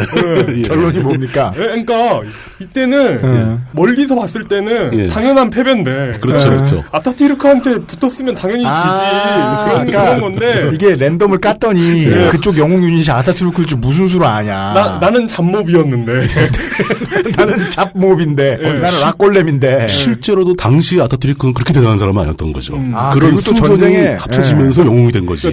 당대 시점으로 보면은 다르게 보인다는 거죠. 그러니까 전쟁에 참전하는 입장에서 자기의 정체도 모르는 거죠. 내가 락골렘이라는 걸 몰랐던 거야. 난 내가 영웅 유닛이라고 생각했는데. 그러나 이제 그리스터키 전쟁에서 그렇게 깨졌던 전과를 발칸 전쟁에 참전해서 상당한 성과를 올리면서 만회를 하기도 합니다. 그러니까 왕으로 즉위하기 전에. 네. 그때 이미 이제 그리스 국내에서는 왕정 반대파들, 왕당파가 있고 이제 그 의회파가, 공화파가 있었고 이런 반대파, 왕정 반대파의 목소리가 점점 높아지고 있었고요. 실제로 군대 내부에, 그러니까 왕족의 왕자들 있잖아요. 젊은 왕자들. 이 사람들이 대부분 군대를 가거든요. 군대 가서 군 지도자가 되는데 군대 내부 젊은 군인들 사이에서 또 의회 의원들 사이에서 군 내부에서 왕자들을 몰아내자. 네. 이 얘기는요. 왕자들이 뭘 못했다는 건 부차적인 거고. 그렇죠. 그냥 왕권이 약화되고 있다는 게 왕권을 좀 의회의 힘이 커지고 있다는 게 더 중요한 거죠. 쟤들이 자꾸 군대 와가지고 왕자라고 쟤들 싸울 줄도 모르면서 정상적으로 성장해온 군 지휘관들을 망가뜨린다. 뭐 이런 것 때문에 반대한 거죠. 군대에선. 뭐 이런 얘기도 막 나오기 시작하고 이제 왕권이 약화되는 과정에서 콘스탄티누스가 즉위를 하게 되는데 이 대목에서 또 굉장한 사람이 한 명 등장합니다. 대단한데 이름은 어렵습니다. 예. 그 그리스는 칭호를 붙이는 유행이 있어요. 아, 그래요? 예, 이 사람의 칭호는 에트나르히스라는 건데 그리스 말로 국가의 지도자. 현대 그리스를 만든 사람, 건국자라는 뜻이에요. 박정희 같은 건가? 아니죠. 그러니까 어른들이 보는 걸로는 리 박사죠. 리 박사. 닥터 리죠. 예. 닥터 리블. 예. 좋다. 마음에 든다. 리블 하면 전 리블 큰 이불. 네. 닥터 리블이 모조를 동원해서 다리를 부수고 부정선거를 하는. 이 사람은 어떨지 봅시다. 국부 취급을 받는 사람. 예. 그러니까 현대 그리스를 만든 사람 칭호를 받은 사람이니까 대단하겠죠. 엘레프테리오스 키리아쿠 베니젤로스입니다. 아, 이름도 거창합니다. 진짜 거창하다. 예. 보통 베니젤로스라고 부르는데. 근데 이게 보니까 일반적인 그리스 동네 사람들의 이름인 것 같더라고요. 실제로 그리스 근현대사에 베니젤로스가 3명이나 있어요. 아, 그래요? 그래서 이 사람이 엘레프테리오스 키리아쿠스 베니젤로스가 첫 번째고. 한 사람이고요. 네. 그 사람 아들이 또 나옵니다. 정치계 이름이. 그 소포클레스 베니젤로스라는 사람이 또 있어요. 이제 친아들이죠, 이제. 근데 이 사람은 별로 큰 역할은 못해요. 그리고 최근에 1957년생이니까 요즘 사람인 거죠. 에반겔로스 베니젤로스라는 사람이 있는데. 에반겔로스면은 은하 영웅. 아, 그거. 영미권의 에반젤린이라는 이름하고 비슷한 그런 거죠. 에반젤린. 에반. 이 사람이 이제 그리스 재무장관도 하고 사회당 당수도 하고 막 이런 사람인데 이 에반겔로스는 약간 좀 사짜 냄새가 좀 납니다. 뭐 어떤 왜냐하면 맨 앞선 그 엘레프테리오스 베니젤로스가 워낙 유명하고 위대한 인물이니까 자기가 개명을 해서 그 이름을 썼다. 베니젤로스라는 이름이 원래 아닌데 뭐 이랬다는 혐의를 받고 있어요. 아, 그거는 대선 때 찍은 이인재 포스터 같은. 그렇죠. 뭐 그런 느낌인 거지. 그때만 6대사 가르마를 하고 베니젤로스 흉내를 낸 거죠. 아하. 코스프레로 대통령이 되려고 했었잖아요, 그때? 지난 지방선거 한나라당의 센스. 아, 예. 새누리당이 활동하고 있는데 한나라당 이름으로 나왔던 사람들. 그렇죠. 실제로 이인재가 한 짓이 그거구나. 고작 그거구나. 그걸로 어떻게 500만 표나 받았어? 실제로 그리스 역사를 살펴보게 되면 그 베니젤로스, 원조 베니젤로스는 정말 중요한 인물이라고 불러도 됩니다. 업적도 많이 올렸고 대단한 일을 많이 했어요. 현대 그리스인들이 그 사람을 얼마나 중요하게 생각하냐면은 아니라고 하는 사람도 있겠죠. 뭐 반대파들은. 근데 일단 기본적으로 아테네에 있는 국제공항 이름이 엘레프테리오스 베니젤로스 공항입니다. JFK입니다. 예.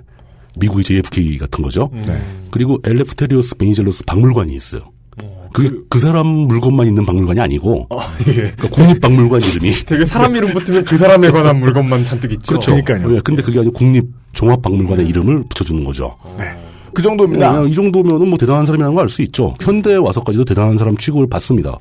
그 현대 그리스인들은 이 사람을 칭송할 때 보통 이렇게 표현을 하죠. 크레타 섬 출신으로 대단히 훌륭한 사람이 나왔다. 네.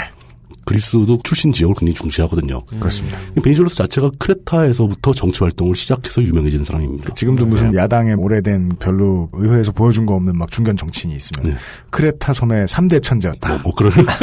그러면 그 본인은 나머지 2명이 누군지 모르겠다. 매번 바뀌고 또. 그 범위도 바뀌잖아요. 가끔 이제 도시였다가 도로도 바뀌고. 혼자 탈당해서 새로운 당을 만들기도 하고. 1864년에 태어나서 1936년에 죽었으며 혈통으로 왕이 된 사람들 사이에서 진정한 최초의 근대적 정치인으로 성장한 사람입니다. 여러 차례 총리, 부통령 등을 다 역임을 했고 헌법을 제대로 만들고 경제개혁하고 실질적으로 국가를 운영하는 데 굉장한 업적을 세웁니다.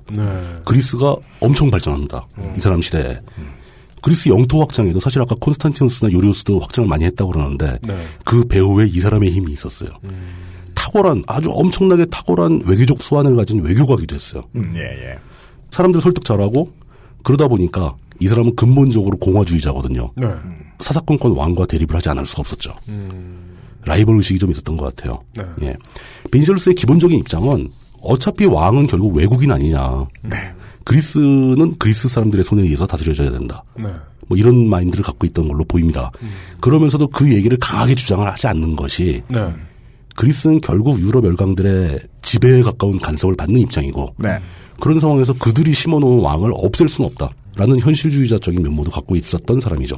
그 간판 겸 실드 노릇을 해주는 왕의 존재 가치는 뭐 그 당시에 정치가들이 모르는 사람이 없었을 것이다. 뭐 그건 어쩔 수 없다. 현실이다라고 간주했겠죠. 1차 대전 당시 편먹기 할 때 이제 왕하고 입장 차이가 나요. 베니젤로스는 연합군 편을 들자. 어차피 왕 너도 저 영국에서 보내준 왕 아니냐. 우린 연합국 편을 들 수밖에 없다라고 했는데 당시의 왕은 독일이 워낙 힘이 세니까 독일에 붙자. 뭐 이런 얘기를 하기도 했다고 합니다. 그렇죠. 사실 지도를 그리스 위치를 보면 그러니까 영국하고 프랑스가 도와주기 굉장히 어려운 위치 저기 아닙니까? 뚝 떨어져 있잖아요. 중간에 독일이 딱 버티고 있고 뭐 이런 게 있으니까 독일과 이탈리아가 있으니까 왕 본인도 이탈리아가 그렇게 싸움을 못할 줄 알았겠어요. 그건 몰랐죠. 시댁은 그냥 내년 설날에 가서 인사하면은 봐줘. 그런 마음으로. 그렇죠. 옆집 개똥이 엄마네가 더 위험해. 그렇죠. 이런 얘기하는 거죠. 그 집하고는 천장을 맞대고 살고 있단 말이야. 뭔가 좀 해줘야 돼. 막 이런 얘기 나오고. 결국 이런 대립 속에서 콘스탄티누스가 1917년에 1차 폐위가 되는데 1차 폐위란 말은 다시 복위가 된다는 얘기죠. 1차 폐위가 있다는 얘기는 2차 폐위도 있다는 얘기잖아요. 그러니까 지금 부임한 거잖아요. 재임 가능. 이 동네 왕은.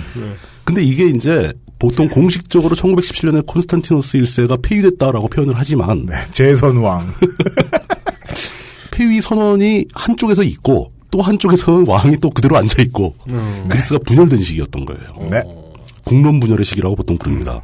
왕당파하고 베니젤로스파가 나뉘어서 서로 투쟁을 했었고 한쪽에서는 폐위를 선포하고 왕당파 쪽에서는 베니젤로스를 재판을 해가지고 뭐 사형 선고를 내리고 체포영장을 발부하고 막 이런 식으로 싸웠다고 합니다. 이때 그 왕의 압력을 받았던 아테네 대주교가 그리스 정교회 대주교가 베니젤로스를 파문도 했었다고 합니다. 참 그게 어떤 의미가 있는지는 모르겠지만 참 다양하네요. 다양한 일이 벌어지죠.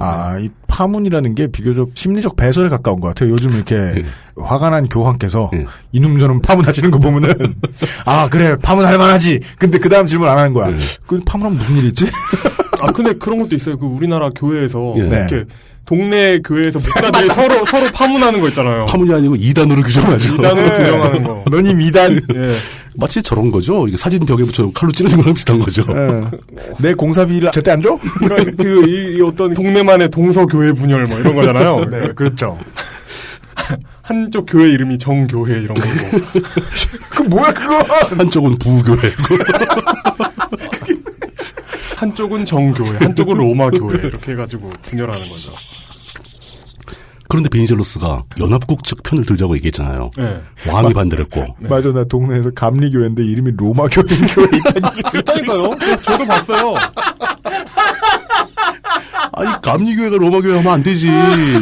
그건 좀 안 맞지. 그건 거의 뭐 예전에 봤던 교회 이름이 천국교회인가 뭐 그런 게 있는데. 거의 진짜, 도대체 이게 이승에 있는 교회가 맞는지. 아니, 사찰의 이름이, 회계사, 뭐, 회심사, 이런 것도 같은 거예요. 뭐, 남성여고 이런 거? 저거, 열린교회가 닫힌 모습, 이런 거. 셔터 닫았는데 열린교회. 네. 뭐 그런 거랑 비슷한 거죠. 근데 베니젤로스가 선택을 잘한 게, 네. 왕은 반대를 하는데 베니젤로스가 연합국 편을 들자고 주장한 결과, 연합국이 베니젤로스 파를 돕게 되죠. 그렇습니다. 그렇다니까요. 아, 이놈이 말 잘 듣네. 그러면서. 네. 물론 영국과 프랑스는 지리적으로 멀리 떨어져 있지만 영국 식민지는 바로 옆에 이집트거든요. 네. 영향력이 있습니다. 조금 전에 우리는 영향력 없다고 얘기해놓고 지금 바로 옆에 또 있다고. 근데 그렇게 강하진 않은데. 그렇죠. 그렇다고 무시할 수도 없는 그러니까 거죠. 여기서 보셔야 될 거는 이제 그리스가 바라보는 시각인데요. 지리적인. 그러니까 사방 어디를 둘러봐도 다 있긴 있다. 그러니까 그리스 입장에서 봤을 때 이탈리아도 옆에 있고 영국 식민지인 이집트도 옆에 있는데 그렇죠. 이탈리아는 본토고 영국은 식민지라는 거죠. 예, 그럼 뭐 주변에 그리스는 사실 어떻게 보면 유럽의 중심지일 수도 있어요. 옆에 불가리아 이런 나라도 많고 바로 옆에 터키 있고 지중해를 통해서 뭐 스페인 다 연결되고 밑에 아프리카의 주인이 바뀌면서 매번 강력한 놈이 아프리카를 통해서 영향력을 주기도 하고. 여간에 이 나라가 왕정이 됐든 공화정이 됐든 자기들 말만 잘 들으면 되는 열강의 입장에서는 그렇죠. 이번에는 베니젤로스의 편을 들게 됐다. 그렇게 된 거죠. 그러면서 콘스탄티누스가 폐위를 당하게 되고 그의 아들 콘스탄티누스의 아들 요리우스는 2세입니다. 이제 이건. 근데 요리우스가 올라가지를 못하고 알렉산드로스 1세라는 다른 아들이 즉위를 하게 됩니다. 이때 콘스탄티누스가 망명을 하면서 왕정파의 상당수 인물들이 같이 망명을 하게 되는데 이때 망명했던 사람 중에 한 명이 요한니스 메탁사스. 아까 2차 대전 때 나왔던 독재자. 이 사람은 왕정파 출신입니다. 결과적으로 베니젤로스는 판단을 잘했어요. 그리스는 그로 인해서 연합국으로부터 굉장히 많은 도움을 받게 되고 그 1차 대전은 연합국의 승리로 막을 내리게 되니까 그때 뭐 상도 많이 받고 땅도 늘리고 당당하게 승전국의 일원이 되어서 파리 강화회의에 참석하게 됩니다. 아, 훌륭하네요. 훌륭하죠. 거기 아무나 끼는 거 아니잖아요. 네, 그렇죠. 예. 그 대가로 이제 뭐 여러 가지 선물을 받고 그때 그 파리 강화회의에서 미국의 우드로 윌슨 대통령이 여기 참석한 사람 중에서 베니젤로스가 가장 훌륭하다라는 평을 했다고 합니다. 라는 립서비스. 립서비스를 했다고 합니다. 그렇습니다. 그럼 막 뽕 맞고 신나가지고 그 칭찬 한 방에 Do you know 베니젤로스? 연호하고 막 공항에서 계속 기자들이 그러면서 이제 그때 베니젤로스가 이렇게 승승장구를 하는 와중에 결국 이제 그리스는 또 역시 왕정파와 공화파의 대립이라고 볼 수도 있지만 사실 그 색채보다 베니젤로스파와 반 베니젤로스파가 나뉘게 되는 거죠. 알렉산드로 1세는 즉위하자마자 얼마 못 가서 죽어요. 이 사람이 죽은 이유가 기르던 원숭이한테 물려 죽습니다. 진짜요? 예, 진짜로. 무슨 킹콩을 길렀어요? 뭘 기른 거지? 그러니까 물렸는데 그 순간 먹혔다는 게 아니라 잡아먹힌 게 아니고 살짝 물렸는데. 뭐 광견병 이런 건가? 이때 이제 굉장히 의혹이 많이 생긴 거죠. 누가 암살한 거 아니냐 뭐 이런 얘기 나왔는데. 그 원숭이가 암살한 거 아니에요? 확인한 결과 원숭이한테 물린 상처가 감염돼 폐혈증으로 죽었다고 합니다. 원숭이는 암살한 게 아니라 대놓고 죽인 거죠, 그냥. 그 만인 환시리에 중인 환시리에 묻은 거죠. 배우가 누굽니까 원숭이? 이거 무슨 그거 같잖아요. 무슨 혹성 탈출 이런 거 같잖아요. 아니 그 원숭이들은 지능이 있으니까 얘가 다르죠. 얘가 지능이 있는지 없는지 어떻게 알아요? 그 혹성 탈출에서 원숭이가 사람을 물어서 상해하는 거 본 적 없잖아요. 총을 쏴 죽이잖아요. 그 원숭이랑 비교하면 안 되지. 아니 뭐 근데 또 진짜 의외로 완전 범죄를 노리고 그럴 수도 있어요. 아이씨. 지능이 있는 원숭이인데 완전 범죄에서 불었다. 네. 그 알렉산드로스 1세가 죽자마자 또 역시 이제 왕이 죽으면 항상 논쟁이 벌어지죠. 다음 왕을 뽑을 거냐, 공화정할 거냐. 또 논란이 시작됩니다. 1920년 선거에서 국민들이 베니젤로스파가 아니고 반 베니젤로스파의 손을 들어주게 됩니다. 1920년에 1차 대전 끝난 뒤죠. 이때 왜 베니젤로스파가 선거에서 지느냐? 너무 오랫동안 싸우느라 지쳤고 국민들이 또 우리 베니젤로스파와 반 베니젤로스파의 대립 사이에서 베니젤로스파가 좀 심하게 숙청도 하고 막 반대파를 제거를 한 모양이에요. 네. 이런 거로 인해서 민심을 잃었던 거죠. 이때 베니젤로스가 선거에서 자기네 베니젤로스가 이끌던 당의 승리 뭐 이런 거를 따지기 이전에 본인이 낙선을 해요. 네. 그 정도로 인기가 떨어진 거죠. 그렇습니다. 그래서 결국은 파리로 망명의 길을 떠나게 됩니다. 베니젤로스가. 스스로를 전략 공천했다가 네. 반대편에 그리스 축구회장이 나와가지고 그리스 자동차 뭐 이런 가문에 빵지는 그러면서 이때 고대 자동차 이런 거. 그렇죠. 좋네. 고대 자동차. 베니젤로스파가 세력을 잃게 되자 콘스탄티누스가 돌아옵니다. 그 복위를 하게 되죠. 예. 재선. 근데 콘스탄티누스가 돌아오자마자 그때 이제 그리스 터키 전쟁이 벌어지면서 전쟁이 크게 깨지고 이즈미르 다시 뺏기고 스미르나 지방 지금 이즈미르를 이제 그리스에는 스미르나라고 하는데 거기에 유명한 사건이 발생하죠. 뺏기고 며칠 안 돼가지고 도시에 엄청난 대화재가 발생을 해요. 그래서 그 도시의 거의 전역이 다 화재로 전소됩니다. 네. 그런데 누가 불을 질렀는지 과실인지 영구 미제로 아직 밝혀지지 않은 상태예요. 알 수 없는 거죠. 네.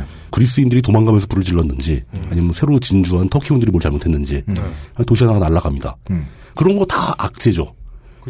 또 결국 궁지에 몰려서 콘스탄티누스는 다시 잘립니다. 이제는 알렉산드로스가 아니고 원래 왕의 자리를 이어받았어야 할 적자 요리우스 2세가 즉위를 하게 되는 거죠.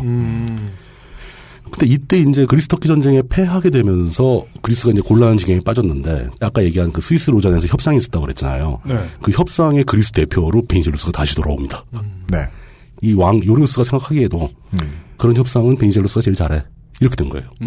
능력은 인정. 예.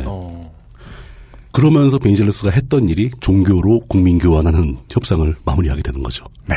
베니젤로스가 그게 업적으로 봐야 할지 아니면 그게 잘못한 거로 봐야 할지. 저는 업적으로 봅니다. 당시에는 업적이죠. 예, 그러니까 최소한 인종 청소 몇 차례를 막았다는 데는 이견이 안 생긴다. 그렇죠. 만약에 이게 없었으면 지금까지도 전쟁할걸요. 네. 그럴 수도 있고 대규모 확산이 여러 차례 더 발생했겠죠. 그리고 그리스 끄트머리와 터키 끄트머리에는 다른 나라가 하나씩 더 생겨 있을 수도 있죠. 군데 작은 나라 더 생겼을 수도 있고. 이 정도 쪽수면은 군대를 만들어서 독립할 만하잖아요. 뭐 자치권 요구하고 막 그럴 수 있죠.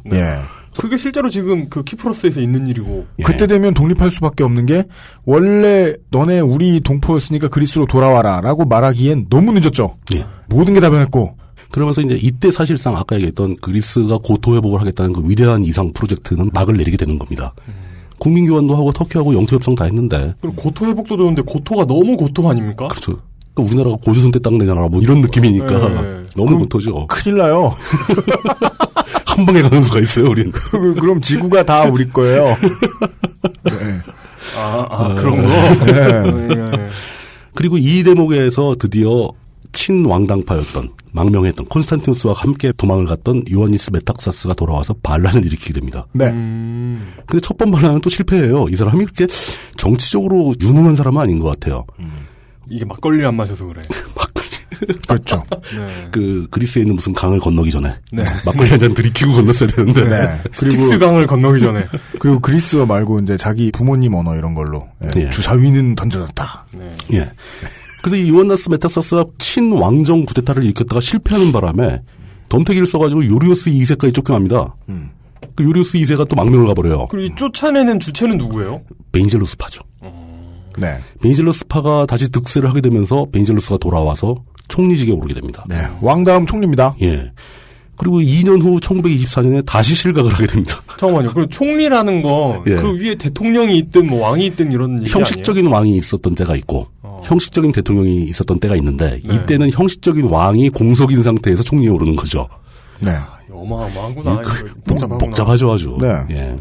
그 2년 후에 다시 1924년에 또 실각하고 베니젤로스 또 망명 가요. 그러니까 돌아왔다가 또 망명 갔다 돌아왔다 망명 갔다. 이 사람들은 망명 뭐 프랑스로 갔다가 뭐 독일로 가는 사람도 있고 막 복잡합니다. 쉴 새 없이 바뀌는 거예요. 그 개판인 게 이제 신라 말기보다 조금 더 장이 넓고 이게 많은 나라들이 개입해 있고 백그라운드에 유럽이라는 거대한 나라들의 연합이 있으니까 아주 복잡해지죠. 그 1924년에 실각하고 망명한 다음에 1928년 선거에서 베니젤로스파 이제 이때는 이제 슬슬 어떤 정당의 형태를 갖추기 시작해요. 그래서 국부답게 당 이름이 자유당. 네. 역시 국부는 자유당이지. 국부는 자유당. 네. 그거는 어디 뭐 이렇게 써있나 봐요, 매뉴얼에. 네. 일단 자유당부터 만들어. 네. 네. 베니젤로스의 자유당이 다시 득세를 하게 되고 베니젤로스 복귀하고 주변 국가의 화해를 시도합니다. 특히 이제 자기네를 참혹하게 혼쭐을 냈던 아타튀르크와 협상을 통해서 화해를 하게 되죠. 네. 이 과정에서 이제 터키에서 쫓겨났던 그리스 정교 신도들한테 크게 신망을 잃게 되는데 아타튀르크하고 협상하면서 그들이 남겨놓고 온 재산을 양보해버리는 거죠. 네. 이것 때문에 인기가 또 떨어지게 됩니다. 반대로 생각하면 터키 사람들 50만 명이 예. 남기고 간 재산을 그리스가 꿀꺽하게 해줬다는 얘기 아니에요? 근데 그게 규모가 다르잖아요. 여기는 50만이고 이쪽은 150만, 3배가 넘고. 150만이고. 터키인들이 지배계급이었으니까 재산으로만 따지면 터키인들이 더 많지 않았어요? 글쎄요. 그 재산까지 비교는 못 해봤는데. 모르겠다. 터키 쪽의 난민은 뭐 일시에 가지도 않고 네. 순차적으로 가기도 했고 터키 내부에서 가든 정교회 사람들 문제가 주로 논란이 됐던 거로. 베니젤로스가 이 터키와의 화해를 목표로 하는 협상을 성공적으로 마치는 단계에서 자기가 한 일 때문에 네. 그 터키에서 쫓겨나온 그리스 정교, 터키의 언어와 풍습을 가지고 있는 그 사람들, 그 사람들에게 심각한 불만을 심어줬다는 걸 눈치를 채게 되는 거예요. 안 그럴 수가 없죠. 예, 그 사람들이 저항을 시작하는 것까지 이해를 합니다. 네. 그러면서 그 사람들이 사회주의 좌파적 사상에 물들기 시작하고 네. 공산주의 운동을 슬슬 시작하게 되면서 베니젤로스는 그들을 탄압하기 시작합니다. 네. 그래서 베니젤로스가 만들었던 유명한 법안이 이디오니모라는 게 있는데 이제 특별 금지령 뭐 이런 거거든요. 특별 금지령? 특별 불법령 뭐 이렇게 해석이 될 겁니다. 네네네. 우리말로 가장 예쁘게 갖다 붙이면 계엄령. 뭐 긴급조치. 뭐 긴급 조치. 네, 긴급조치 좋네. 긴급조치. 네. 근데 저 자꾸 긴급조치 하면 그 망한 영화, 똥망한 영화 떠올라가지고 기분이 더러워져서. 그 내용이 바로 노래를 못 부르게 하고. 공산주의 조직. 노주현 씨 얼굴이 떠올라요? 뭐 노조 결성. 네. 이런 거를 금지하는 법안입니다. 네. 그러면서 베니젤로스는 이제 슬슬 자유당의 이름에 걸맞게 중도에서 더 오른쪽으로 가는 우파 정치인이 되어가는 거죠. 리칸유화. 예. 혹시 끄는 다리는 없습니까? 예? 집권 중에 끄는 다리는 없나요? 그리스에 그렇게 큰 강이 없는 것 같아요. 그렇구나. 그러니까 이 사람이 끊으려면 광안대교 같은 걸 끊어야 될 거 아니에요? 그리스에서는. 뭐 바다를 막아버린다거나 뭐 이래야 될 네네네. 건데 그게 쉽지 않았던 것 같습니다. 이런 얘기까지 했습니다. 궁금해서 검색하시려면 3명의 베니젤로스가 나온다. 예. 엘레프테리오스 베니젤로스를 찾으셔야 된다. 에반겔로스로 착각하시면 안 된다. 그렇습니다. 왜냐면 있다 또. 사실 저 이거 다 들었는데도 이름이 다 안 남거든요, 머리에. 저는 이거 다 원고 쓰고도 안 남아요. 네. 광고 듣고 와서 다시 한번 정리하고 시작하죠. 예. XSFM입니다. 3D 컨텐츠를 만들고 모으고 출력하는 곳은 3크리에이터스. 3creators.co.kr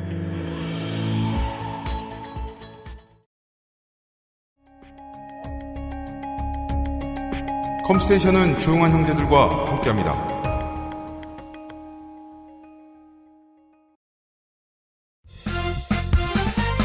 바른 선택, 바른 선택.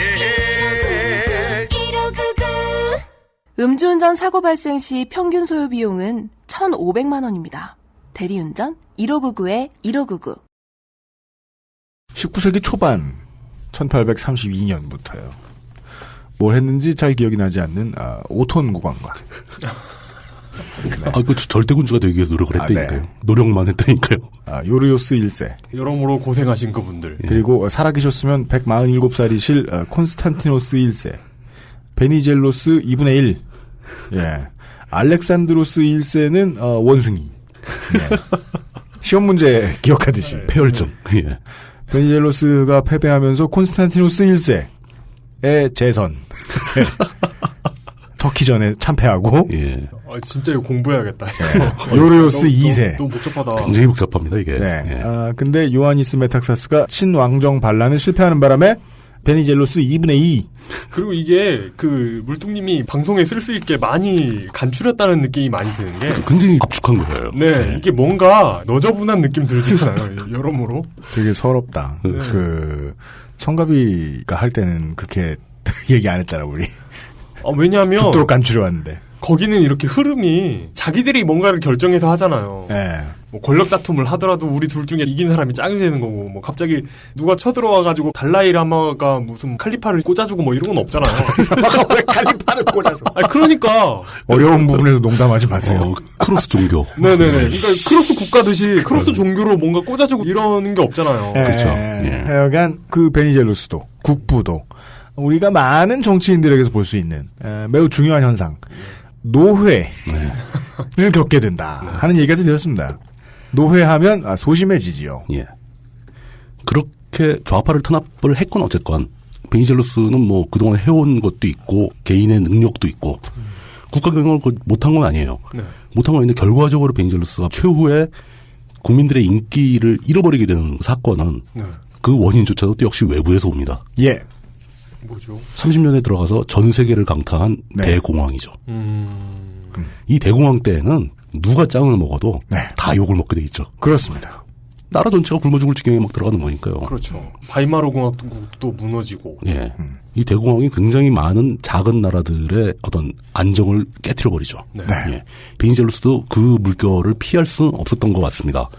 인기를 잃어가지고 결국은 선거에서 패배를 해요. 네. 선거에서 패배를 해서 그냥 순순히 쫓겨가면 좋은데 베니젤루스 파의 그 니콜라우스 플라스티러스라는 군인이 쿠데타를 일으킵니다. 선거에 져놓고 그래도 정권을 잡으려고. 네. 상당히 잦았다는 걸 알 수 있어요, 쿠데타가. 이 사람은 쿠데타를 되게 쉽게 해요. 이게 매뉴얼이 있었나 봐요, 이게. 그러니까 뭐 선거에서 지고 술을 먹다 말고 이제 대화를 멈추고. 쿠.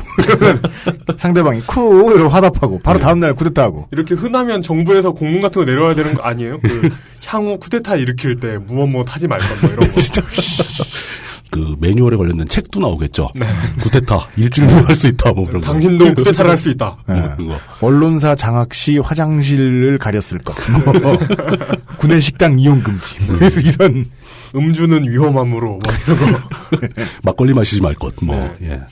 니콜라우스 플라스티러스 장군이 주도하는 군사 쿠데타를 일으켰는데 그 쿠데타마저 실패합니다. 실패한 쿠데타. 예. 실패하게 되면서 베니젤루스는 완전히 실권을 잃어버리게 되죠. 네. 심지어 쿠데타까지 일으켰는데. 그런 사람들은 보통 외국으로 갑니다. 예. 이렇게 해서 이제 베니젤루스가 만들었던 그때 이제 왕이 있었다 없었다 하면서 다시 또 공화국이 됐다 말았다는 그 베니젤루스 시기에 제2공화국이 제1공화국은 그 5톤 두돈반 왕 전에 잠깐 있었다 없어진 그 제1공화국이 초대공화국이고 이 베니젤루스의 제2공화국이 막을 내리게 됩니다. 제2공화국이 끝난 가장 큰 원인은 그러니까 국제적인 대공황이라고 할 수 있죠. 베니젤루스파의 주요 인물들이 모두 체포됩니다. 그래서 재판에 들어가서 다 사형 선고를 받고. 네, 정리된다. 예. 대부분 처형됩니다. 베니젤루스 본인은 망명을 했는데, 그 망명한 사람도 재판을 하잖아요. 걸석 재판을 하죠. 네. 피고 없이. 그리스 정부, 그 정권은 베니젤루스한테도 사형 언도를 내립니다. 네. 그 뒤에 또 35년도에 군사 정변, 쿠데타가 한 번 더 있었고, 그 결과로 요르요스 2세가 다시 즉위를 하게 됩니다. 요르요스 2세도 재선. 예. 이거 참. 그러니까 쿠데타를 시도한 주축은 따로 있는 거고 그 사람이 이제 간판을 이 사람 썼다 저 사람 썼다 막 그러는 거죠. 지금 이게 직위가 왕이라서 그렇지 그냥 무슨 그 얼굴마담이에요 그냥. 네, 그냥 뭐 우리가 생각하는 그런 왕이 아닌데요. 그렇죠. 그러니까 왕정을 아마 할 거냐 말 거냐에 투표를 하는데 그 얘기는 다시 말해서 그냥 왕을 뽑는 거죠. 예. 그 국민들도 그 왕이 있는 것과 공화국 제도와 뭐 별 차이도 없고. 그러니까 이게 입헌군주제라기보다는 왕공화정? 그러니까 왕이 하나의 직책 같은. 네, 공화왕국? 뭐 이런. 다시 또 파리로 망명을 떠난 베니젤루스는 바로 직후에, 35년 정변 직후에 36년 3월 달에 세상을 떠나게 됩니다. 건강이 악화된 거죠. 나이도 꽤 됐고. 이렇게 되면서. 이거는 뭐 동물에 물린 거 아니죠? 뭐 바퀴벌레에 물렸다거나 이런 거 아니고. 그냥 노환으로 세상을 떠나게 됩니다. 그리스는 다시 이제 요르요스 2세의 입헌 군주제로 돌아오게 되죠. 입헌 군주제를 도대체 몇 번을 하는지를 모르겠어요. 35년 11월 선거에서 이 요르요스 2세의 그 입헌 군주제가 성립하게 된 배경이 35년 11월 달에 선거를 했는데 다시 입헌 군주제 하자는 찬성 비율이 98%가 나왔답니다. 네. 장충체육관에 모여서 투표를 했다는 설도 있어요? 근데 이게 계속 90몇 % 나오는 게 몇 번 반복되는데 그쵸. 이거 왜 이러는 겁니까? 그 그리스 사람들이 의견이 한쪽으로 잘 쏠리는 것 같아요. 그 인기 투표 같이 돼가지고. 그러면서 군주제가 다시 또 돌아오긴 하는데 사실 그리스 사람들도 바보가 아닌 이상에 결국은 이런 선택 자체가 유럽 열강들의 입장을 고려한 선택이 아니었겠는가. 라고 보여진다는 겁니다. 아, 요리오스가 들어오면 차라리 그 베니젤루스가 하는 것보다 유럽 열강들이 좀 도와주겠지. 우리 먹살기 힘든데. 이런 느낌이 많이 느껴집니다. 네. 예. 근데 그 요리오스 2세의 후반 집권기에 실제로 요리오스 2세가 실권을 장악하지를 못하고 그때 슬슬 권력을 잡기 시작한 사람이 바로 그 왕정파의 핵심 인물 중에 한 명이었던 요하니스 메탁사스인 거예요. 메탁사스. 메탁사스. 예. 예, 메탁사스 장군이 돌아오게 되는데. 메탁대원군. 예. 네. 이 사람이 36년도에 역시 또 한 번의 정변을 일으키고 실권을 완전히 장악을 합니다. 그러면서 아주 거침없이 1년의 작업을 수행하게 되는데. 이런 1년의 작업을 짧게 말하면 유신이라고도 합니다. 그 내용이 유신과 심히 유사해요. 네. 그러니까 이폰군주국 생기고 나서 1년도 안 돼서 1년에 예. 또 한바탕 뒤집어가지고 예. 확실한 권력을 잡은 다음에 그러니까 그 상대파를 다 제거하는 거죠. 네네. 제거해버리고 이 사람이 한 일이 정당을 해산시켜버리고 의회도 해산시켜버리고 그 이폰 군주제에서 다시 그냥 군주제로 돌아가는 그냥 뭐 이런 그 헌법상의 모든 권리를 다 정지시켜버립니다. 그렇습니다. 이거 뭐 이폰 군주도 아닌 거죠 이렇게 되면. 그럼 동탁이죠 뭐. 예. 동탁. 네. 강력한 철권 통치, 그 유신을 일으킨 박정희와 비슷한 실권. 네. 뭐 이런 걸 잡게 되는 거죠. 그리고 이 과정을 그 옆에 이제 들러리로 서 있던 요리오스 2세가 국민들도 저걸 다 지켜보고 있는데 이거를 거의 반 이상 승인을 해버리는 태도를 취해요. 그렇죠. 그때부터 이제 왕궁에 칼을 차고 들어가고. 아, 진짜 동탁이네, 그냥. 이 요리오스 2세를 임자라고 부르기 시작하는. 뚜껑 달린 수레를 타기 시작하고. 그렇습니다. 컨버터블 수레. 네. 그래서 이런 상황이 되면 요리오스 2세가 메탁사스를 지지해서 이렇게 승인한 거 아니겠죠? 아, 그때는 컨버터블이 아니죠. 디태처블. 예, 수레를 타고 다니면서. 마리수 같은 것도. 그렇죠. 되죠. 12기통. 네. 12마리가. 12마리가 끄는 마차. 네. 주택과 복식을 천자와 같이 하였다, 이런 거. 그렇죠. 네. 네. 그리고 나서 1941년에 들어와서 메탁사스가 이제는 요리오스 2세까지 쫓아냅니다. 아, 네. 조조네, 동탁이 아니라. 지방에 어디 보내버립니다. 조조가 아니, 조비지, 조비. 네. 요리오스 2세가 이제 사퇴하고 망명을 했는데, 나중에 이제 몇 년 더 지나서. 조비가 아닌가? 조비 맞아요. 아, 그래요? 네. 네. 갑자기 삼국지. 네. 사마소로 합시다. 이렇게까지 그 요리오스 2세까지 쫓아내고서 권력을 잡았던 메탁사스는 또 오래 살지 못하고 금방 죽어요. 네. 그래가지고 요리오스 2세가 다시 돌아오는데 46년도 선거에서 돌아옵니다. 삼선에 성공한 흔치 않은 왕. 삼선왕. 삼선왕. 되게 느끼하고 맛있을 것 같네요. 왠지 그 슬리퍼 신고 있을 것 같지 않아요? 아니에요. 저는 서로 생각하기 다르네. 네네네. 이용 아디다스를 생각하고 저는 중국집을 생각했어요. 네. 요즘에 그 짜왕의 인기를 끌다가 네. 땡왕. 네. 그러다가 짜왕의 인기를 누르고 네. 그 비비는 면에 일가가 있는 팔도에서 네. 새로운 또 짜장면이 나왔다고. 그래요? 네. 그게 훨씬 맛있다는 얘기가 있더라고요. 아이고. 저 아직 짜왕도 못 먹어봤는데. 근데 이거 피닉제는 비길 것도 아닌데요? 비길 것도 아니죠. 피닉제 씨는 집권을 못했잖아요. 그렇죠. 결국 못한 거죠. 네. 피닉제랑 왜 비교를? 이분은 진짜 어떤 정점에 섰다가 내려오면 사실 살아남기도 힘들잖아요. 아, 그렇죠. 근데 이분은 몇 번을 올라갔다 내려오는 겁니까? 진짜. 아, 피닉제 씨네 집에 초상화라도 걸려있을지 모르겠어요. 네. 피닉제는 그 한 번을 못 올라갔는데. 네. 이 사람은 3번이나 올라갔다 내려오고. 그러니까요. 46년도 선거에서 다시 올라갔는데 네. 바로 다음에 죽어요. 아, 이 어떤 박수 칠 때 떠날 줄 아는. 그러니까 제일 짜증나는 부분이죠. 네. 아, 다 했는데 이러면서 이제 죽고 있어요. 좀 하려고 그랬는데. 아, 죽고 지랄이야. 이러면서 짜증나겠죠. 네. 요리오스 2세가 47년도에 사망하는데 원인이 동맥경화. 그렇습니다. 집무실에서 과로로 사망을 했다고. 좀 짜게 되셨나 보다. 이분 돌아가실 때 얼마나 짜증났어요. 이건 짜증이에요, 짜증. 이분이 아니고, 예. 동맥경화로 쓰러졌다가 다시 의식을 회복했대요. 그래가지고 막 이제 뉴스 보도가 있었을 거 아닙니까? 당시 40년대니까. 네. 막 보도를 했는데 사람들이 최종적으로 죽었다라고 발표를 하니까 만우절 농담으로 간주를 했다고.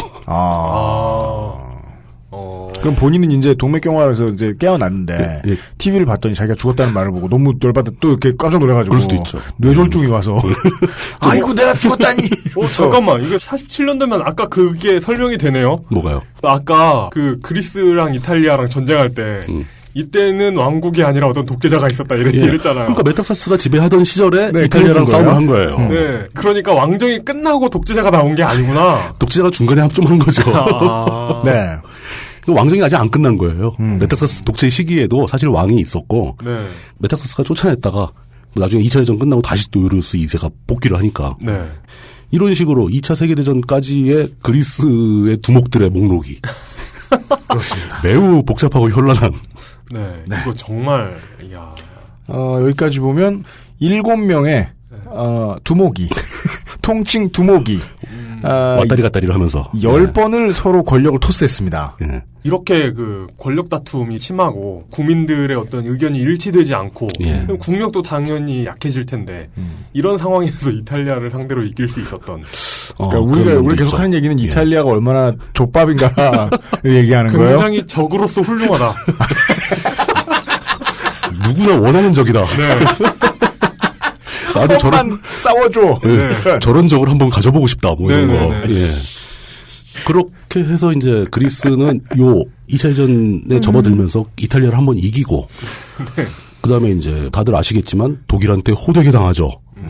이때 그 크레타 전투였나요? 예. 그 독일이 공수부대를 대거 투입하고 대거 투입해가지고 크레타 섬을 점령하는데 예. 이게 어찌 보면 그 독일의 쇠퇴와 그렇죠. 전력을 엄청 소모하죠. 예, 독일이. 모든 공수부대 전력을 거의 다 소진하고 또 걔네를 빼내올 능력도 없었고 그러니까요. 또 주간에 공수부대를 투입하는 게 얼마나 안 좋은가에 대한 전범을 남기면서 그렇죠. 미국과 영국의 공수부대에게 큰 어떤 교훈을 교과서가 됩니다. 그래서 밴드 오브 브라더스를 보시면 낮에 날아가지만 예. 떨어질 땐 밤입니다. 밤에 떨어지죠. 네. 네. 그런 거 있고 그다음에 2차 대전 시기에 그리스가 굉장히 그리스가 고생했다는 것은 그리스의 국민들이 고생을 했다는 뜻이죠. 네. 당연히 독일의 지배하에서 그리스 정권은 망명을 갑니다. 망명 정부를 만들죠. 네. 그리고 2차 대전이 끝난 뒤에 이게 진짜 우리 역사와 너무 똑같게도 그리스는 내전에 돌입하게 됩니다. 네. 그런 이야기들 진짜 2차 대전 이후에 벌어지는 그리스의 근대사도 아닌 현대사 네. 그 얘기는 다음 시간으로 미뤄야 될 것 같습니다. 다음 시간으로 미루도록 하겠습니다. 이제 진짜 궁금하네요. 여태까지 이제 근대사 한 거죠. 네. 이제 현대사로 넘어가는 거죠. 이제 진짜 좀 오늘의 그리스와 지금 이렇게 예. 난리가 난 그리스와 직접적으로 이어지는 이야기가 나올 것 같네요. 그렇겠죠. 그렇습니다. 그 이야기가 마지막 시간이 될 것 같습니다. 예. 네. 오늘은 아무리 들어도 익숙해지지 않는 이름들과 아니 너무 자주 바뀌어. 네. 네. 뭐 1년 만에 바뀌고 3년 만에 바뀌고 막 이래버리니까. 근데 다행히 이게 그 이름이 서로 자꾸 토스를 많이 해서 그렇지 숫자가 적어서요. 이거 시험 보면 외울 수도 있을 것 같아요. 예. 하지만 시험 보진 않겠다. 네. 요리우스 1과 2만 잘 구분하면요. 이게 이번 참여 시험 이벤트를 한번. 그 알실 골든벨. 주제는 그리스 역사 뭐 이러면서. 그럼 마사오가 제일 먼저 떨어지고. 공개 방송을 그런 식으로 해도 되겠다. 청취자들 한 100명 모아놓고 골든벨 74회에서 뭐 이러면서 수천 년 전 그리스의 아크로폴리스에서는 뭐 이러면서 두목이 남느냐 내가 남느냐. 예. 좋습니다. 네. 구테타를 허용할 것인가 말 것인가. 네. 예. 그런 얘기 했고 뭐 말이 그렇고요. 우리는 지금 사실 그리스 민중의 오늘날과 상관없는 이름들을 이야기한 것 같지만 그리고 실제로 우리가 해드린 얘기는 이렇게까지나 정세가 신나게 불안했잖아요. 그렇죠. 그러면은 우리나라하고 이제 비교를 다음 시간에 하겠습니다만은 한 30-40년 꾸준히 탄탄하게 쪽쪽 빨려 먹는 것과 다를 바가 없다. 네. 실제로 그랬죠, 뭐. 네. 그것이 이제 내치의 무능인 것과도 사실 동일하고요. 양상만 좀 달랐지 우리는 한 120-30년의 이야기를 하면서 국민이 죽어라 고생했다라는 얘기를 해드린 것과 다를 바 없습니다. 그렇죠. 개고생한 거죠. 150년 동안 개고생한 거죠. 자꾸 대전하고 계속 바깥이랑 전쟁해야 되는데 안에서는 쿠데타 쿠쿠쿠쿠쿠쿠 이러고 맨날 지들끼리 정권 주고받고 유신 띄우고 저는 이렇게 그리스 역사에서 두목이 바뀔 때마다 치러지는 선거들 있잖아요. 네. 그 선거 결과를 보면서 그리스 유권자들이 짜증을 내고 있다라는 느낌을 많이 받아요. 야, 너 해! 그러면서 걔한테 95% 주고. 뭐 이런 식으로. 그렇죠. 뭐 그런 일들이 있었지 않았을까 하는 추정이 생기더라고요. 예. 알겠습니다. 여기까지가 세 번째 중 두 번째 시간 물뚝심송의 그리스 독재유산 답사기였습니다. 다음 이 시간에는 다음 주 목요일이 되겠습니다. 완결하겠습니다. 역사 얘기, 더울 때 역사 얘기 계속해서 듣고 있습니다. 다음 시간 마지막 시간에 다시 뵙죠. 여름방학 특집. 네. 원래 그 3부작 하면 완결편이 제일 재밌죠. 그래요? 예. 지금까지는 뭐 사전 지식 그렇죠. 배경 설명. 뭐 이렇게 길게 설명해요. 지금까지는 보통 패턴에 의하면 네. 기 2편 들으셨고요. 예. 다음 주 목요일에 승전결을. 다음 시간에 한 반 정도는 기였다가. 네. 그랬다가 막 또 결론에. 예, 급하게 승전결을. 결론은 네. 아마 기본소득이 아니겠느냐. 예. 그리스도 기본소득을 해야 되겠다. 기기기기 본소득. 이렇게. 이런 결론 기대해 주십시오. 예. 다음 주에 다시 뵙겠습니다. 예, 수고하셨습니다. 감사합니다. XSFM입니다. 어제는 난리도 아니었어. 이번 거래는 진짜 사기였다니까. 나야 알지. 내가 좀만 더 영어를 잘했어도 이런 일 안 생겼지. 근데 어떡하냐? 무역업이 12년 차에 토익도 900을 넘는데 영어는 계속 속을 썩인다니까. 영어를 책으로만 잘해요, 내가. Hey, why don't you call Perfect 25? 뭐? Perfect 25. 뭔데 그게? Perfect 25 English phone call service. 이거 말하는 거야? perfect25.com? Yeah, that's a good start. 명절이 아니어도 좋은 선물 한우 박스. 한우 박스. 이대리, 맨날 살 뺀다면서 점심에 웬 소세지야? 에이, 과장님. 이건 기름지고 짠 마트 소세지가 아니고요. 아임닭 닭가슴살 소세지예요. 이것도 닭가슴살이야? 한 입에 먹기 편하게 생겼네? 아이 참, 과장님. 아임닭 큐브잖아요. 국내산 현미가 들어가서 정말 부드럽고 다이어트에 딱이라고요. 질리지도 않고 먹기도 간편해서 요즘 다이어트하는 사람들은 다 이거 먹어요.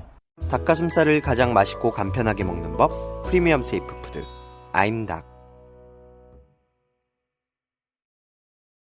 아임닭 광고를 길게 들었고요. 저도 이대리가 연기를 못한다는 점에서는 동의합니다. 이대리가 원래 연기하던 사람이 아니에요. 네, 정말 좋은 사람인데요. 그러니까 정치 여러분께 이런 말씀을 드릴게요. 예를 들어 이 마사오 시사만평가 겸 기동치즈 반장은요, 좋은 형이에요. 나쁜 사람이죠. 사실 뭐 술값 낼 때 나쁘고 뭐 옆에 이제 그 무방비 상태의 젊은 여성분이 술자리에 앉아 계시면 나쁘고. 사회 일반적인 윤리 기준으로 봤을 때 나빠요. 나쁜 사람이에요. 나빠요. 그 나쁘구나. 나빠. 바꿔. 결코 좋지 않아. 내 의사가 순식간에 변했어요. 지금 안지 3년 됐는데. 뭐라고 해야 되나? 그러니까 그 마사오는 그러니까 우라늄 같은 분이에요. 그러니까 어떤 소중한 전기를 줘요, 평상시에는? 아니요, 유용한 면이 있는데 네. 대체로 나빠요. 그렇지. 예. 그리고 보존하고 있는 곳에 분명히 해를 끼쳐요. 뭔가 데리고 있는 곳에 분명히 해를 끼쳐요. 똥보다 나쁜 무언가. 그래서 이게 온다 그러면 동네 사람들이 들고 일어나. 그 저기 은하수를 여행하는 히치하이커를 위한 가이드라는 작품에 보면은 백과가 있잖아요. 네. 그 가이드북이 있잖아요. 거기에 지구에 대한 설명이 나옵니다. 네. 딱 한 줄로 대체로 무해함. 그럼 거기도 이제 마사오란을 보게 되면 부분적으로 유익하나 대체로 유해함. 네. 뭐 이렇게 써 있지 않을까. 그러니까 마사오를 쓴다는 건 곧 극약 처방.